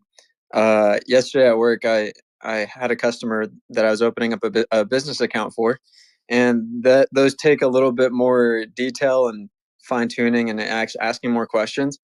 But I felt myself in this like uncomfortable state because my coworkers who have a lot more experience, they will talk to the customer throughout the opening of the account process, and I wasn't talking to them much because I was so focused on doing it correctly. And when I noticed that, I made sure I told them, I said, hey, I may need to go ask some questions to my manager here and there, just fair warning in case, it's just haven't opened one of these in a while. But yeah, I just wanted to let you know. And he was like super cool about it. But if I had waited, I've noticed like if I wait too long and they're sitting there wondering like, oh man, he looks so like confused. Like, I don't know if I'm with the right person. I hope he's doing this correctly. Usually that only happens if I don't kind of brief them on the fact that yes, I am new and I am still learning this stuff. But so yeah, the consideration part right there was definitely key, and it allowed for a smooth process from that point on. Yeah, thanks for letting me share, Tim. Excellent example. How even without using words, you can be a distraction because people are reading your body language, looking at your face, they're looking at your demeanor, and they're making conclusions based on what they see in you without even hearing you speak sometimes. So that's a great one, Brian. Just let them know. And that's part of being confident and comfortable with who you are and where you are in your journey. You're learning. And I'm telling you, if I go to a new job, I might use the new card for a year and a half. I'm new. I'm still learning. But it depends on what it is. But when you're new, let people know and give them the information that they need to understand how to engage with you. And that allows them to give you more grace as well. So kudos to you for that, Ryan. Great share, sir. And great to see you as well. So let's go now over to, I think George had to leave. So we're going to go to Brother E, Katie, Mama B, Christelle, Journeyman, and then Poppy. So let's go now to Brother E. How are you, Brother E? I am doing well, Tim. Thank you so much. Good evening, good morning, everyone. Tim, you brought a good topic today, and I feel it resonates with me. Which of the three C's do I need to grow the most? Conciseness. Why? Today I was in a space and a lot went down. Let me try to be quick within the few minutes I have. Imagine we have a community space A and then a community space B. The people in community space A move to community space B. They're the same people, so just different spaces because maybe we had wrangles in leadership. So today I popped into community space B and I found they were discussing about leadership and the way forward. And I was persuaded to contribute. Why? I love unity of purpose. So before I started to speak, I thought I should give a disclaimer because I knew I might take them a step back. I had an issue in that we need to resolve issues that we faced in community space A before we move forward. But then what happened while I was trying to suggest that? Horrendous. Interruptions, emotions, anger, and eventually I was dropped to the listeners mode. And then they accused me that I dropped myself to the listeners mode. So the good thing is, okay, what did I do at that moment? How did I handle? That's maybe the second question. How did it affect me? I felt disoriented. I felt like I was being shut down, not to share my point or finding a way forward together or stepping back and finding solutions before we move forward. And then how did I handle it? I extended grace. I forgave the abuses, and I took the positives and learned from it. So thank you for this topic. It really resonates with me today. So thank you so much. Thank you so much for that. And I love the wisdom to think about that and to be willing to share it with the group. Why start a new group with the same people if you haven't resolved the challenges that you were facing in the original group? That's wisdom. And that's having the willingness to share an idea that can be valuable for everyone. And while the people who may have moved you down, I can't say for sure that they did. They may have. And sometimes technology does that, Brother E, just as a thought. You know, I've seen people get kicked down into space, but you know the environment that you were in. But as confident and effective communicators, we always consider the other possibilities that could have happened. It may have been a technical glitch that got you bumped down. And sometimes timing may be a little suspicious based on what you were sharing, but something to keep in mind. But I love that you ended it by still extending grace and you didn't harbor any animosity toward them. Even if they did drop you down intentionally, you added your value and they do with it what they want to do with it. But you did your part and you gave them an opportunity to consider how to make things better. And now you get to choose if you want to continue on in community B, knowing that they may not have resolved the issues from community A. So thank you for sharing that. Thank you for the conciseness and bringing all of that together the way that you did.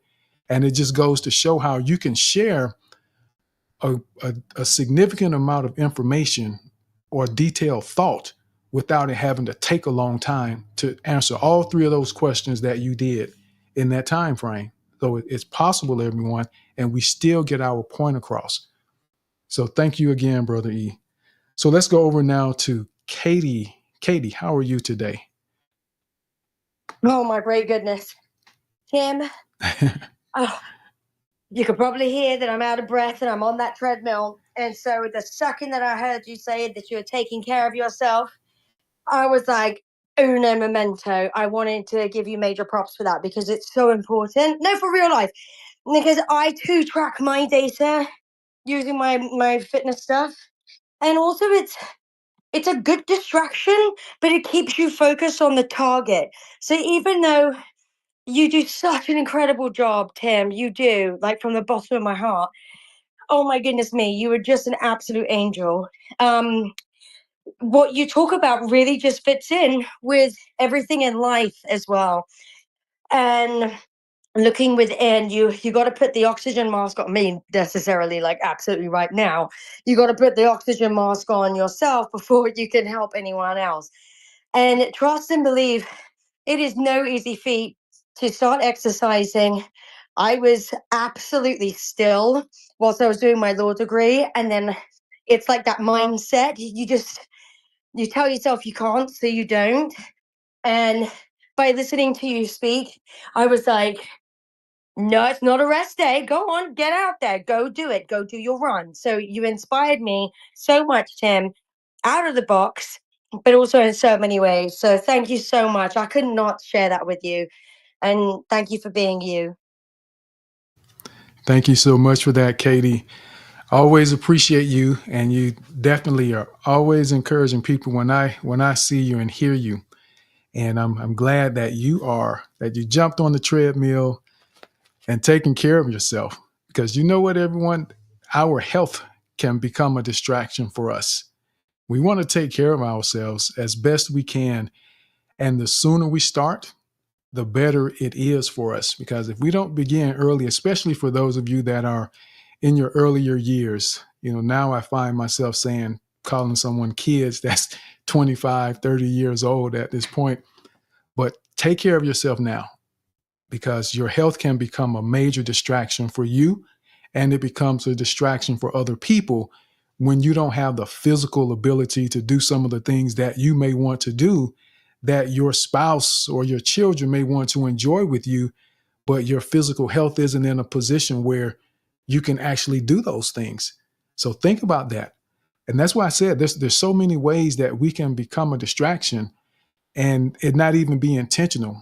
But I want you to take care of yourself so that you can be here, so you can be around, and you can continue to be the beautiful person that God has made you to be for the people who enjoy your presence. So please, please, please take care of yourselves. Men, go get checkups. And I mean, even if you don't have insurance, and this is a public service announcement, save up a few dollars so that you can go get looked at, that you can go get checked, at least get a physical. Don't wait 5-10 years in between visits to the doctor, because a lot can happen over the course of a couple years. And I've seen it. I've heard stories. I know people.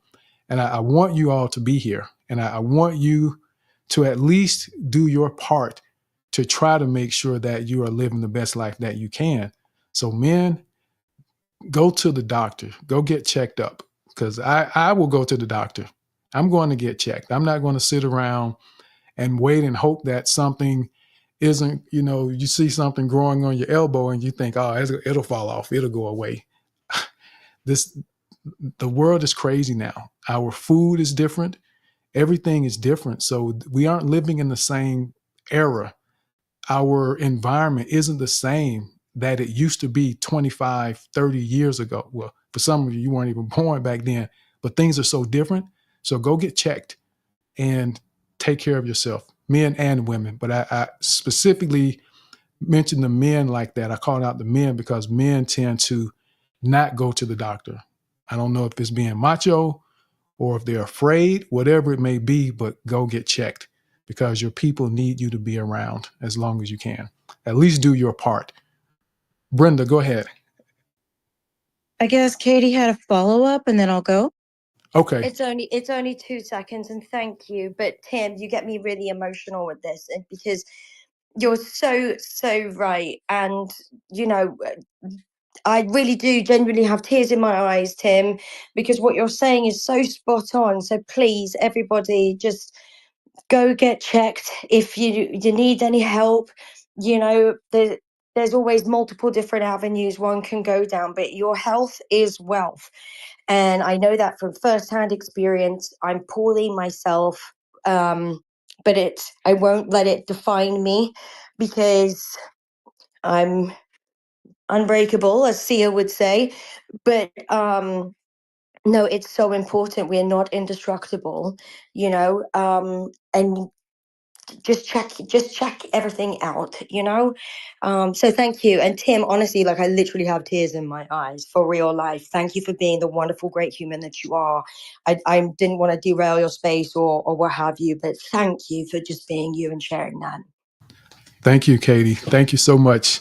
Yes, we try to look out for one another and make sure we're all in a position to live our best lives. Communication and health go hand in hand.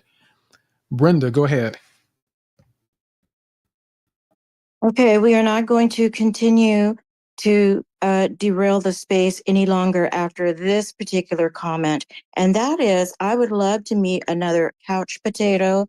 Okay, I just can't deal with a mountain climber. And you know what, Tim? I think concise is definitely something I need to work on. That's a good one, Brenda. That concise is what you need to work on. But you know what? I take that. But I like that. I love the interjection. You want a couch potato, not the mountain climber. Hey, we know what we want. We know what we feel like we need. But you know what? Don't run from him. He may be able to put you on his back and carry you up the mountain with him if he's a mountain climber, Brenda. So let's go over now to Mama B. Mama B, how are you? Hey, I'm good. I'm loving this conversation, And as I was listening, I'm just realizing that this whole composure thing seems to go hand in hand with conciseness. It really does. I'm just realizing. So I'm looking at my notes. It's like, oh my goodness, it goes hand in hand with conciseness. And I struggled with being concise, as you know, Tim, when I started coming to this community, and I'm still working on it. But I'm glad to say that I'm not how I used to be. Still have a long way to go. Just visit my own spaces, and you'll realize that I do need a lot to do, a lot of work. But anyway, so I'm realizing that being concise speaks to composure, because you are composed in your thoughts. You are composed in your mind. You're not all scattered around. That whole thing of it's better to go a mile deep in your point that you're making and 3 inches wide instead of going a mile wide, which is what composure, a lack of composure will do, will have you going a mile wide and 3 inches deep. So composure and conciseness will have you just think of one clear message, make one point, one idea, and that can have a profound impact on what you are saying. Oh my gosh, I struggled with it, and I kept hearing you, Tim, over the months talking about how being concise makes you more impactful, but it is true. It is true. And so for me, it speaks of a healthy mind when you are able to be concise and bring your thoughts together and be composed in your thinking. That's a healthy mind. Oh, yes. Thank you, Tim. Absolutely. Thank you, Mama B, for tying that together for everyone, because they absolutely go hand in hand. And I tell you all, just as a reminder, life isn't difficult. There are a lot of things that we can do that aren't hard to do. They're hard to do, but they're easy. They're easy to do, but hard for us to do for some reason. But when we stop and think about it and we make the connection, when we see the correlation, as Mama B just did, when she looked at composure and conciseness, how they go hand in hand with one another, it begins to get easier. And you understand the value of the things that we do. You understand the impact of bringing it all together, and it makes you that much more excited to position yourself to maintain your composure and be concise in the things that you share with people, because it makes a difference. It really does make a difference. So thank you for that, Mama B. I love hearing the aha moments, and I could see the smile on your face and the just the joy that, hey, you know what? I got it. I got it. This makes perfect sense to me. So thank you, thank you, thank you. I'm sorry, Tim, Yeah, go but ahead. my emotion, my reactions are not working. So I'm over here just agreeing with you. Yes, I was smiling and aha moment. Thank you. I'm sorry to interrupt. Absolutely, absolutely. So let's go now over to Christelle. Christelle, how are you today? Hi, good morning or afternoon. Happy Saturday. I'm doing really well. I'm actually in Cherry Hill, New Jersey. I was born in Camden. So some of you all know I live in Miami, and I'm on my first solo mom trip with my 2-year-old. And I was a little nervous before coming here, but it is going swimmingly well. He loves being around family. And even though it's cold, he's enjoying it. He's saying, snow, snow. But anyways, Tim, I just want you to know, this is my favorite space, and part of it is because I love the structure. I love knowing that there's an order to things. There's a certain amount of time everyone gets. There's a certain amount of time I get, and I love that. And you always have the best co-hosts. I love Danica and Brenda, and also the speakers. I love what Mama B was saying. So I just kind of want to build on that a little bit. Some of you know I recently gave up smoking the ganja after 10 years of being a very faithful, everyday, all day smoker. And one of the things, I'm now almost 30 days clean, which I'm really, really happy about. And so much of it is retrospective in how it's changed my life. And one of the things that I've noticed is that I'm not as impulsive.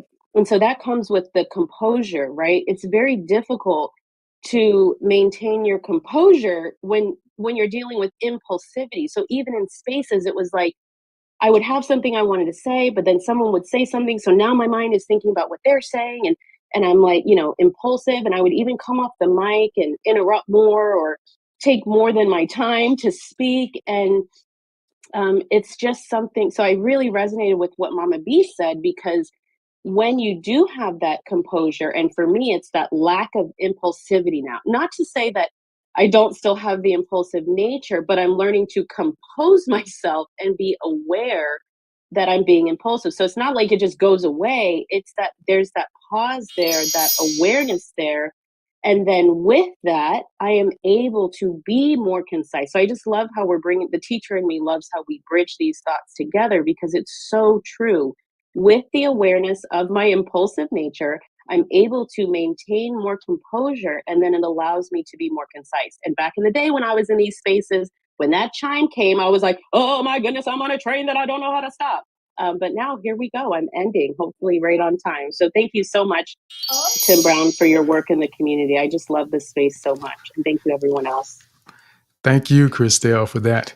And I love the additional perspective you brought about the impact of the things we do, with the smoking, how those behaviors affect us. And if we aren't being intentional in understanding who we are, understanding how life, how the world, how people, how the things we bring into our life affect us, we find ourselves going down a path over and over again, going through these cycles, not realizing where some of the struggles are coming from. We don't want to just we don't want to put band-aids on things. We need to pay attention. And this is why I often say to you all that I talk about my watch. I talk about tracking my sleep, and most of like some of these late spaces, I don't do the late spaces because I'm trying to get into bed. And I know if I get on the space, I say I want to listen in for 15 minutes and someone asks me to speak and they say something, and the next thing you know, it's an hour and 15 minutes. And now I have to unwind to try to get my 7 hours sleep. So we have to be attentive to what's affecting us and how. Connect the dots, connecting the composure to conciseness dots, connecting the smoking to the jitteriness or to the impulsive dot, so that you understand where changes can or may need to be made in order for you to maximize the capabilities that you have. And now it makes sense, Christelle. I get it now. And I was like, okay. Christelle says she may have been smoking in a couple of those spaces. So, because I knew you were very lively, very happy a lot of times, and I was like, okay, I get it now, because it can do that. It can make life just becomes a lot more fun a lot of times when you have that going on with you. But thank you again for the honesty and transparency about that, Christelle, and that connection, how some of the things we do, and for some of you, it may even be the food you eat that can potentially create some behaviors that you don't recognize, some of the medication you take. Because I know for some people who may take asthma medication, that can make kids more aggressive. So pay attention to the changes in your body and what's going on so that you can figure out how to be considerate of what your struggles may be, which is the first C of the 3 C's to avoid being the purple squirrel. Give consideration to your struggles and how you can minimize the impact of your struggles on other people. We go to Donika, and then we're going to go to Journeyman, Poppy, and then Lotus. I just want to say thank you to Christelle and Katie, because I heard Christelle before on the spaces, and congratulations to you, because it is very important to share your journey with others. That is intentional, and what you are doing, starting this new year with changing a habit, changing the lifestyle, and giving more to yourself, and just pushing yourself a little bit further to see, can I cut this habit? Then it was taking me so much time and so much money and time away from doing something different. And by doing that, you're just creating a new system. You are more mindful, more present, and know that you are doing, but you have all of us, by sharing, we can keep you accountable. Girl, don't go back. It's not good to go back. And now you having more fun, because that nicotine really can do some damages in your body, in your mind, still in your time, and it's like addiction. Every 5 minutes, every 10 minutes, you find that way to go out. It can be everything, social media too. And for Katie, like doing that exercise, even though she was out of breath, she said, then thank you team, because team, is bringing the awareness, is bringing the intention to what can we do in 2025 to inspire each other by sharing. It doesn't matter what you're doing. That 5 minute you're giving to yourself, even if you are here, you still can do two tasks at the same, no multitasking, but doing two, one for you and for others. And so thank you, ladies. Keep going. We all are in our journey. What happened, it is our choice and our decision, but let's be accountable and celebrate each other. Absolutely, Donika. And that's that community support that we get when we share our journeys. It encourages other people and allows them to know that they aren't alone, because I can assure you, if you're struggling with something, there's at least 2 or 3 other people that are probably struggling with the same thing or something similar.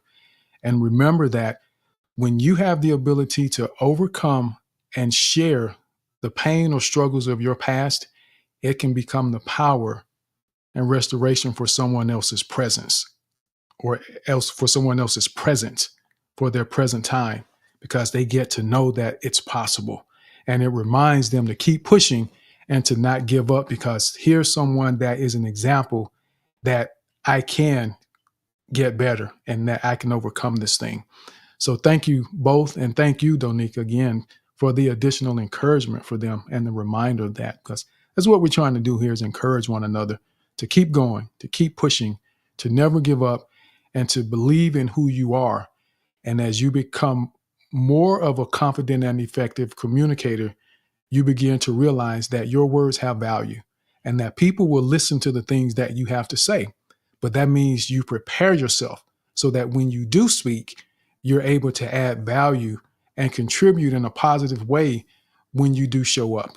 But you matter, even if you don't speak, just your presence. Sometimes it's your smile that makes the difference in an environment. You'll be surprised how many people just get excited because they see your smile. They may not tell you, but when you show up and you smile, and they're like, thank goodness. I just needed to see that smile today. So with that, we're going to go ahead and go over to Journeyman, Poppy, Lotus, and then we're going to, let's see, we got Lotus. Yeah. So we're going to go to Journeyman, Poppy, and then Lotus. Journeyman, how are you, sir? Great to see you.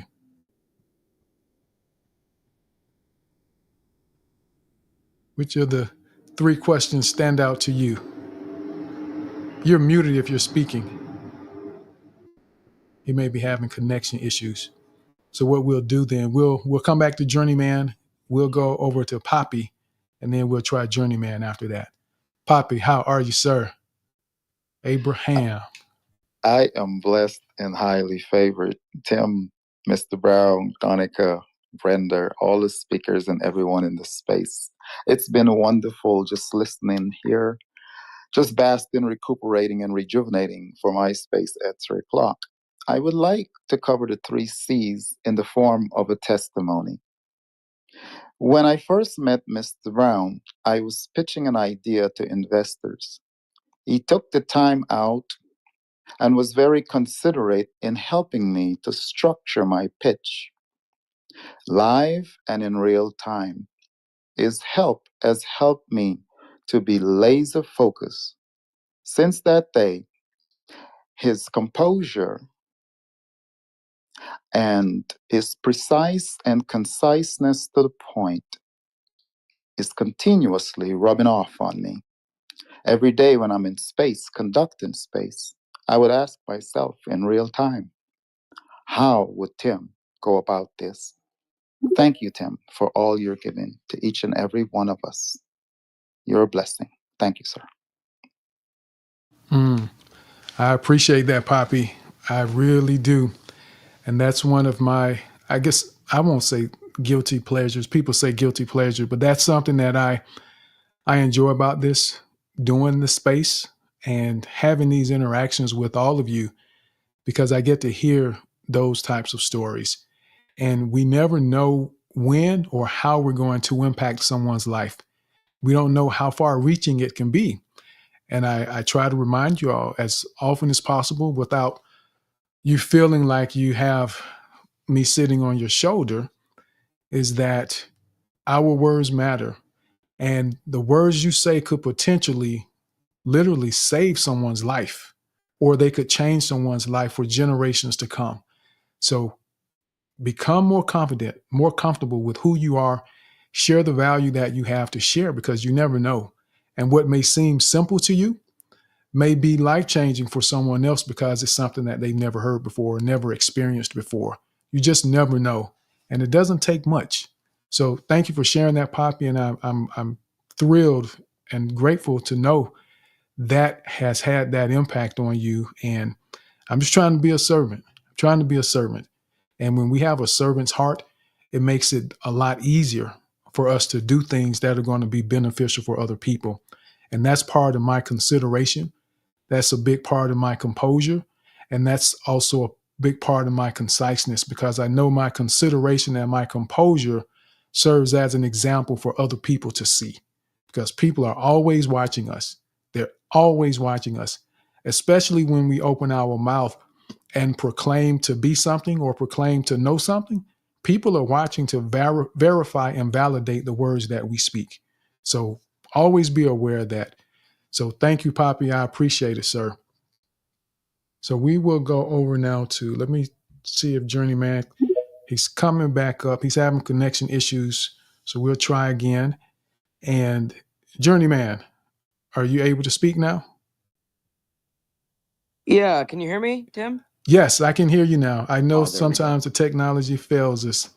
So great to see It you, was sir. literally weird. It was just I just got stopped hearing everything. Kept going down in the listeners. I know. Yeah, that happens randomly sometime for whatever reason. But which of the three questions stand out to you that you feel like you want to share with us? Honestly, it's about me, for me personally. I mean, all three C's are super important, but I think consideration is the biggest one. The one that I probably need to work on. I'm not really considerate. I just say stuff.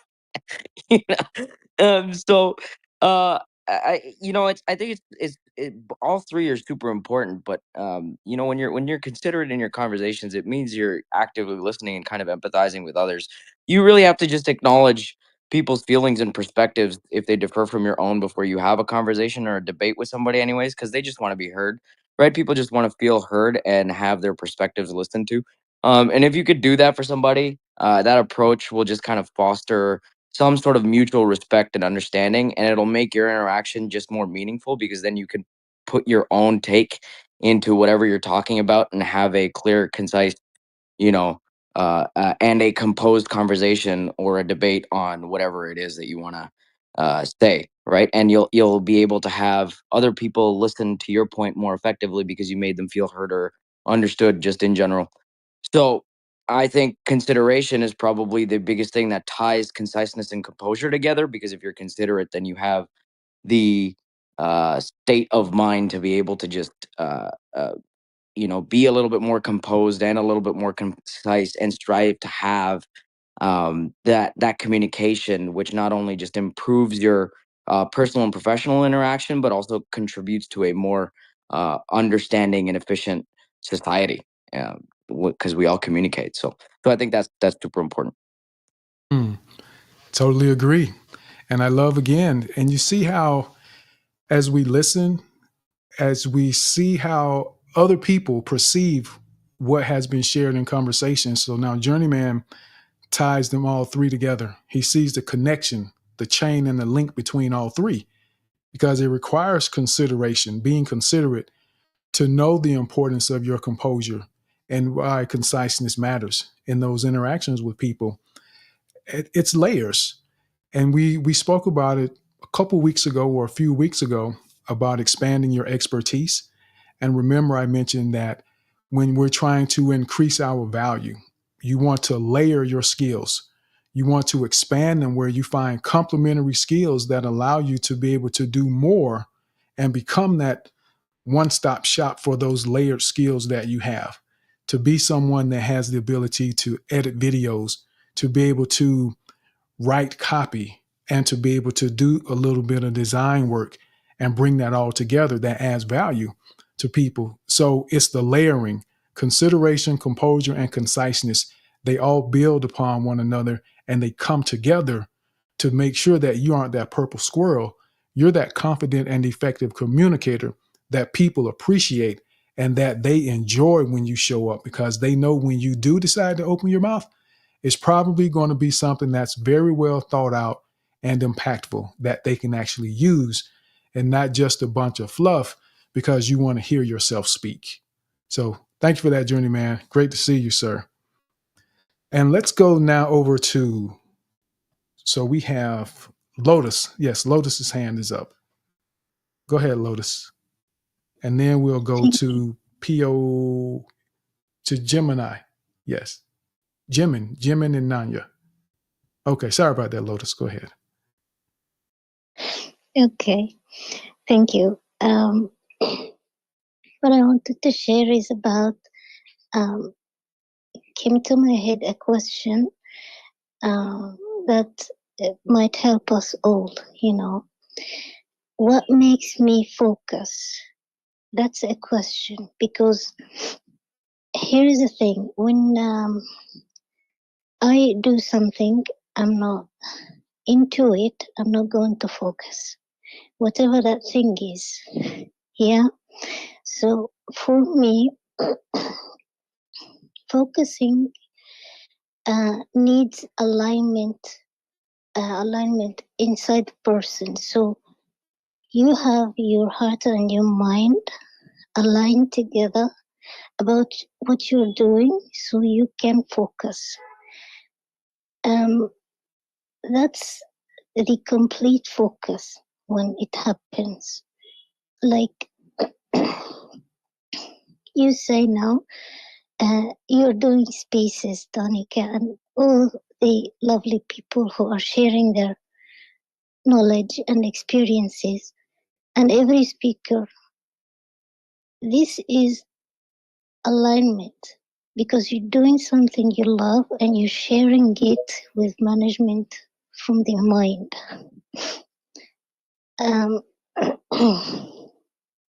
There is something about what's going on around the world. I have a comment about it. Don't allow any sickness that is happening anywhere, no matter what is its shape, to enter your system or affect you anyway. So be mindful about what you are being affected from. That's all. Thank you. Thank you. Thank you. And that is a great question that you pose. It's a great question for all of us to ask ourselves, and just to be reminded and to make us think, so that we aren't affected by something that we don't recognize. It's about awareness, and we have to spend time, intentional observation is so important. That's something that I always stress to couples: intentional observation of what each other's doing, what each other needs in the relationship, but it also applies to individuals. Intentional observation. How does the food affect you? How does your environment affect you? How do your friends, associates affect you? And you have to be able and willing to make the adjustments to make sure that you stay healthy. Like they say on the plane, when things get bad and the air masks fall, the oxygen masks, you have to put yours on first so that you have the ability to help someone else. So we have to ask that question. What is it that helps us focus? What do we need to focus on? What do we need to figure out so that we can make sense of what's going on in and around our lives? So we're going to go now over to, Jimin Nanya. How are you, Jimin Nanya? Great to see you. Welcome to the space. Yeah, thank you. Good evening, everybody from my end. I hope I'm audible because I'm using my hands free. Yes, we can hear you. It's a little faint, but we can hear you. So which of the three Okay. All right. questions stand out to you? I think for me, it's composure and being concise. Personally, I think I'm good with the other C. Uh, the other C, is it compassion Consideration, composure, or and consideration? conciseness. Yes. Uh-huh. Okay, so I'm really good with consideration. I'm that person that considers every other person before myself, and I am currently at the phase where I am just really trying to balance everything. However, I struggle with composure in the sense that being a Nigerian, when I talk, my face usually has serious emotions. I tend to gesticulate a lot. Whatever I'm saying, you're practically seeing my emotions all over my face, and that gives me away most of the time. So, coming to the UK, I noticed that when, for example, the Pakistanis or the Indians, regardless of how angry they may be, when they communicate, you can't tell from their facial expressions. And their tones are usually really just maybe should I call it flat? And then it's I found it fascinating because I've always struggled with that level of composure where I don't necessarily have to scream or dim my tone. I want to be able to communicate clearly. So I am really struggling with composure because regardless of how much I try to, be in control of my emotions and still communicate clearly, it just gives me away. And then I also notice that when I communicate, the receiver hardly understands me. And it's really been a struggle on my end. Yeah, because I feel like I communicate clearly, but still they don't get it. So yeah, being concise and having composure are the things I'm trying to find a way around. Then for the world, I personally think the old order has to has to give way because it is not working. It is not so realistic. It is more or less like where we are caught in between two worlds, where one is working and one is not working. So obviously, I feel the old order has to go. Thank you. Thank you for that. And what I'll share with you, one, and this is for everyone, as you're on a journey of growth and you're trying to improve, don't compare yourself to other people and use that as a reason to beat yourself up because you don't do what you see them doing. It's okay to use them as a baseline because you can look at what someone else is doing and say, I admire that. I appreciate the way they handled that situation. I want to learn how to handle situations in a similar manner. So it's a benchmark. It gives you a goal. It gives you something to strive for, not to compete with because they have everyone has a different reason for what they do. They have different experiences that may have led them to be the way that they are. And God just has divinely given some people a level of grace that is just hard to imagine, a level of peace and patience that is hard to imagine how it's possible to achieve that. But recognize where you are and recognize where you're trying to go. You don't decide one day that you want to have more composure and you just have composure. Just as Brenda said earlier, you have to find yourself in circumstances where you feel that you're about to lose your composure, and you've got to say to yourself, intentional observation, remember, you've got to remember that I want to be more composed. And you have to intentionally say, I am not going to give them the finger. I am not going to cuss this person out, even though I'm upset right now. I'm not going to give them a verbal lashing, even though they said something that offended me. And you have to make a conscious choice and actually do it. That's how you become more composed. That's how you become more concise. You have to be intentional. And when you're writing something, look at it, rewrite it, see what words you can remove. How can I remove some words? If it's 4 sentences, see if you can make it 3. And those are intentional behaviors that will help you get there. But don't compare yourself to other people. And another thing that you can do when it feels like people aren't understanding you is ask some of the people that you interact with, especially the ones that you know, ask them, what is it that makes it hard to understand what I'm saying? Or ask them to confirm that they understand what you said. And if they don't, ask them, you figure out a different way to present it. And sometimes we may need to rethink the way we approach our conversations with people, to change our words, to use simpler words. Sometimes we use the big words because they sound nice, or we make things too colorful when it should just be simple. The goal of communication is to have understanding and connection. That's the point. It's not to dazzle people with our eloquence. I try to keep things as simple as possible. I don't try to be the dynamic and the one that people are like, oh man, he is such an eloquent speaker. He's so dynamic and charismatic. That isn't what I try to do. I want it to be simple so you understand what I said and that you can feel my heart when I say it to you. I want you to be able to connect to my heart because I'm connected to my words.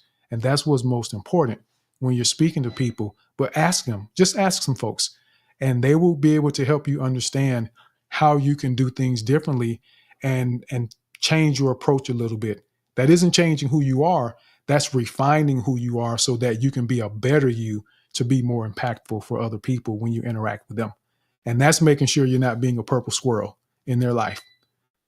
So thank you for sharing that. Thank you for sharing that. Brenda, I see your hand. Thank you, sir. I said to myself, what is the most important of all three of these words? Consideration, composure, and conciseness. And so then I started looking it up, and I thought to myself, well, of all the three, consideration would be the most important thing.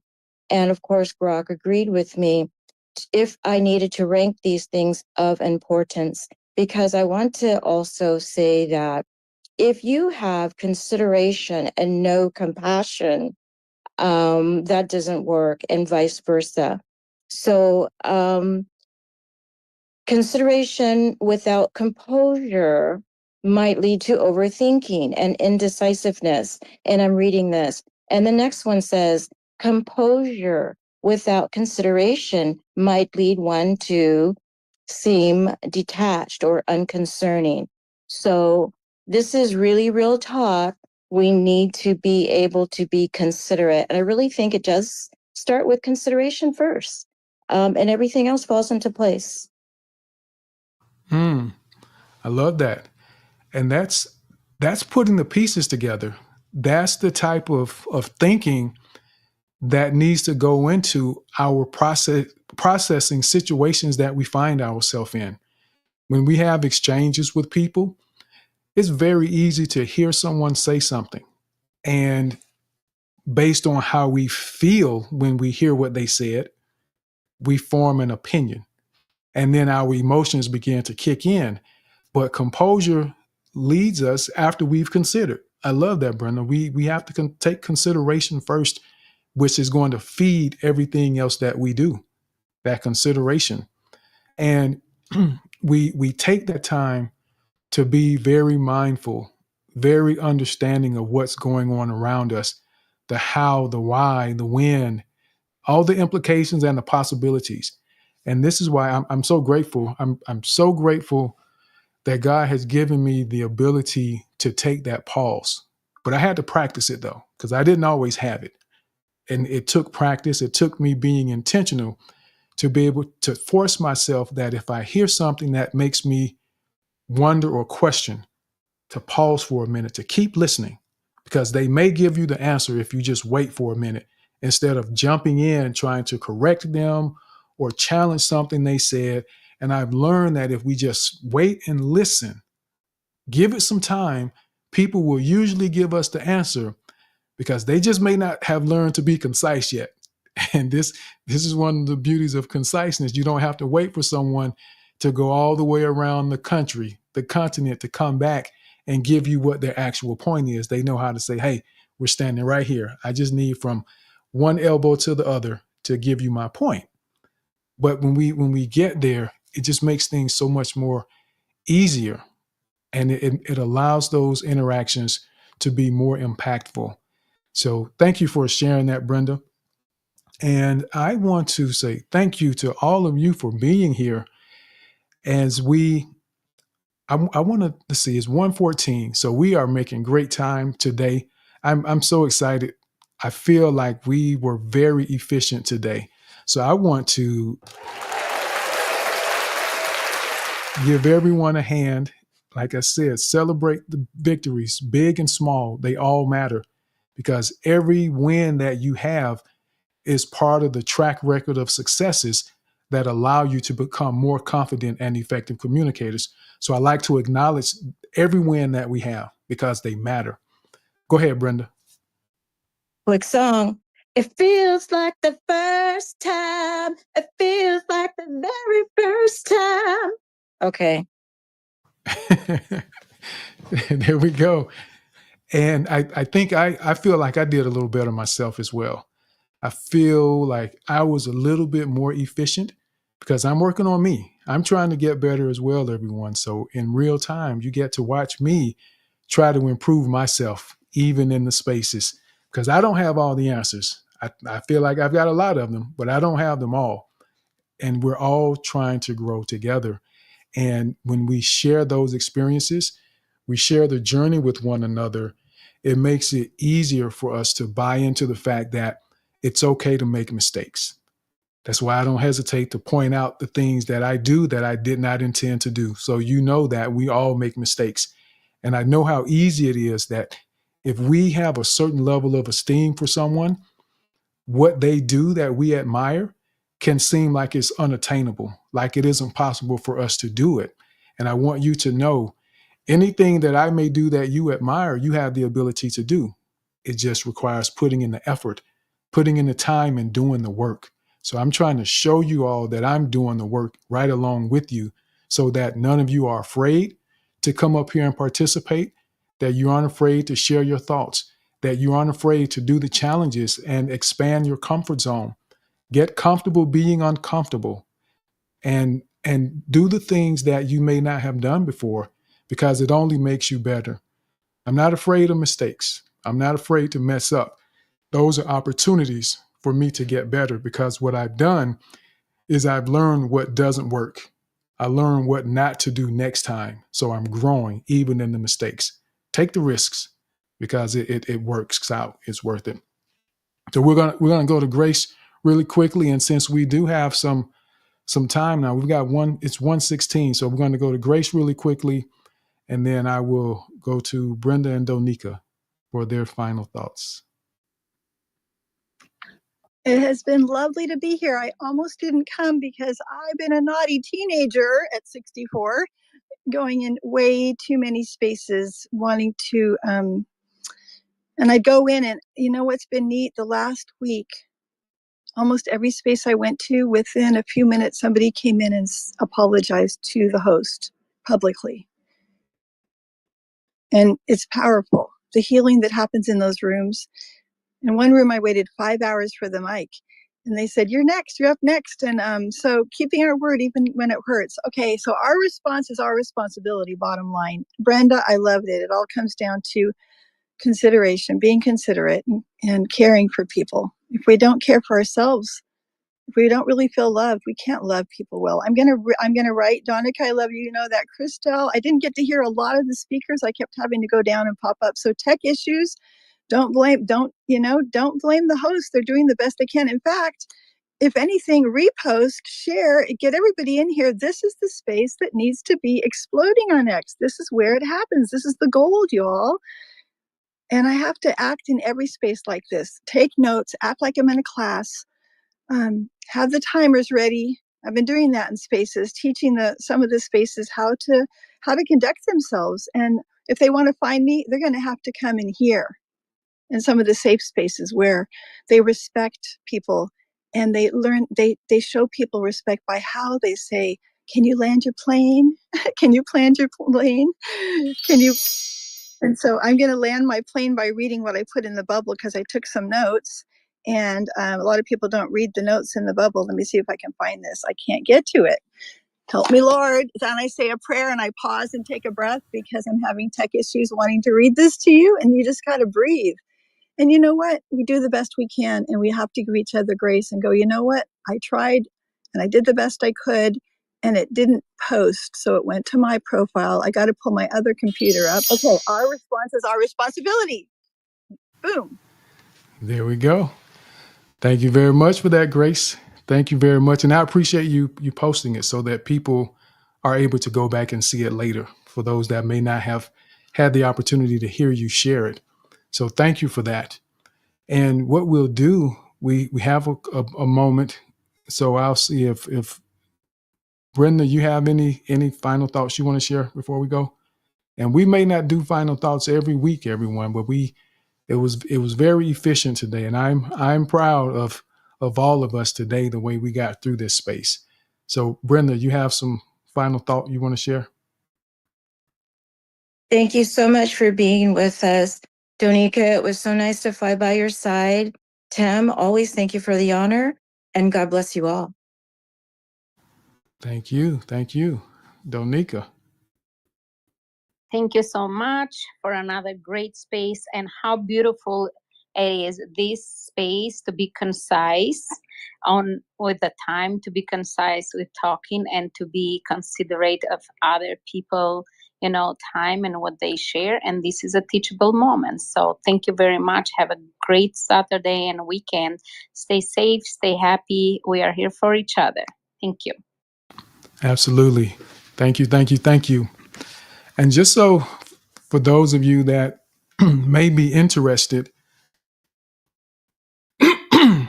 I have a space that I'm doing tomorrow. It's the second of 4 weeks, and it's called Christianity Made Simple. And I wanted to do that. I felt like that was something that I needed to do more of. And I wanted to do it in an environment where, in this space, because we're trying to become more confident and effective communicators. And I wanted to do the Christianity Made Simple space so that people have an environment that we can talk about that, and then not have to feel like I'm navigating around the idea of religion in this space, so that we can just have those conversations. And the goal over there in that space is to make the idea of Christianity more relatable and more understandable for people, because there's things that people don't always understand, and it can be scary. So I'm trying to demystify and make it less scary for people, so they can understand that it isn't as hard as they may think. So that's happening tomorrow at 3:00 Eastern time, 3:00 p.m. Eastern time. But what I want to do now is I want to say thank you to all the listeners that have been here. I thank you for all the speakers, of course, because I got a chance to thank you personally and directly. But thank you, Jason. I appreciate you being here, sir. Hero X, Luann, Shola, Lazolia, Brock, Kim, Kelsey, Sandra, his Pearl Girl, Jen, Shannon, Bella, David, Ava Bird, Timothy. We've got Reesh, Chiquila, The Owls Watch, William, Honorable X, Noel. We also have Ayodele, Kathy, Kiwi Agent, and Anna that are in here listening with us. So I appreciate your presence just as much for you that choose to listen, because even though you listen, you still grow. You grow more when you speak, but listening still, there's a transformation that takes place that we don't always recognize. And just being a part of it and being in the environment still has an impact on you. And you just realize one day that, wait a minute, this is different, because you still are processing, you're still pondering, and there is a transformation and a transfer that takes place in these moments and in these environments, just simply being here, because you get to feel what people have experienced. You get to feel what they share. And again, you just wake up one day and realize, wait a minute, I get it now. And your life is just different. And I tell you that I'm not prescriptive on what I say. It's rare that I say anything that's prescriptive, because I want you to begin to always think about the different perspectives that could be. Don't ever get so wrapped up in your idea or your way of doing things as though that's the only way. I want you to always give consideration in situations that there could be a different perspective. There could be a different way, so that you're able to be more considerate. You're able to maintain your composure and have that conciseness, as we've talked about. And that will also help prevent you from being that purple squirrel in other people's lives, because you don't allow their different perspective to make you decompose and fall apart and turn it into an argument or a disagreement with them. But Brenda, I see your hand. Go ahead. And do forgive me. This is the most important thing that I will say for this whole space. You mentioned Brock. I did not know that Brock was in this room. I ask that all those that believe in the Holy Spirit to lift Brock up in prayer. And that is the end. Thank you so much. Please pray for Brock. I appreciate you all. Thank you for that, Brenda. Absolutely. Absolutely. And that's community. We get that in community. And just make sure you find the community that works for you, that you fit into, that loves you, that embraces you, and that looks out for your well-being. Because every community isn't going to fit for you. It may work for someone else, but not necessarily for you. So find your people where you can go and make sure you spend time with them. Make sure you find a way to contribute. And I hope that everyone has, for those of you, some of you may not have been in the space last week. I issued a generosity challenge to everyone.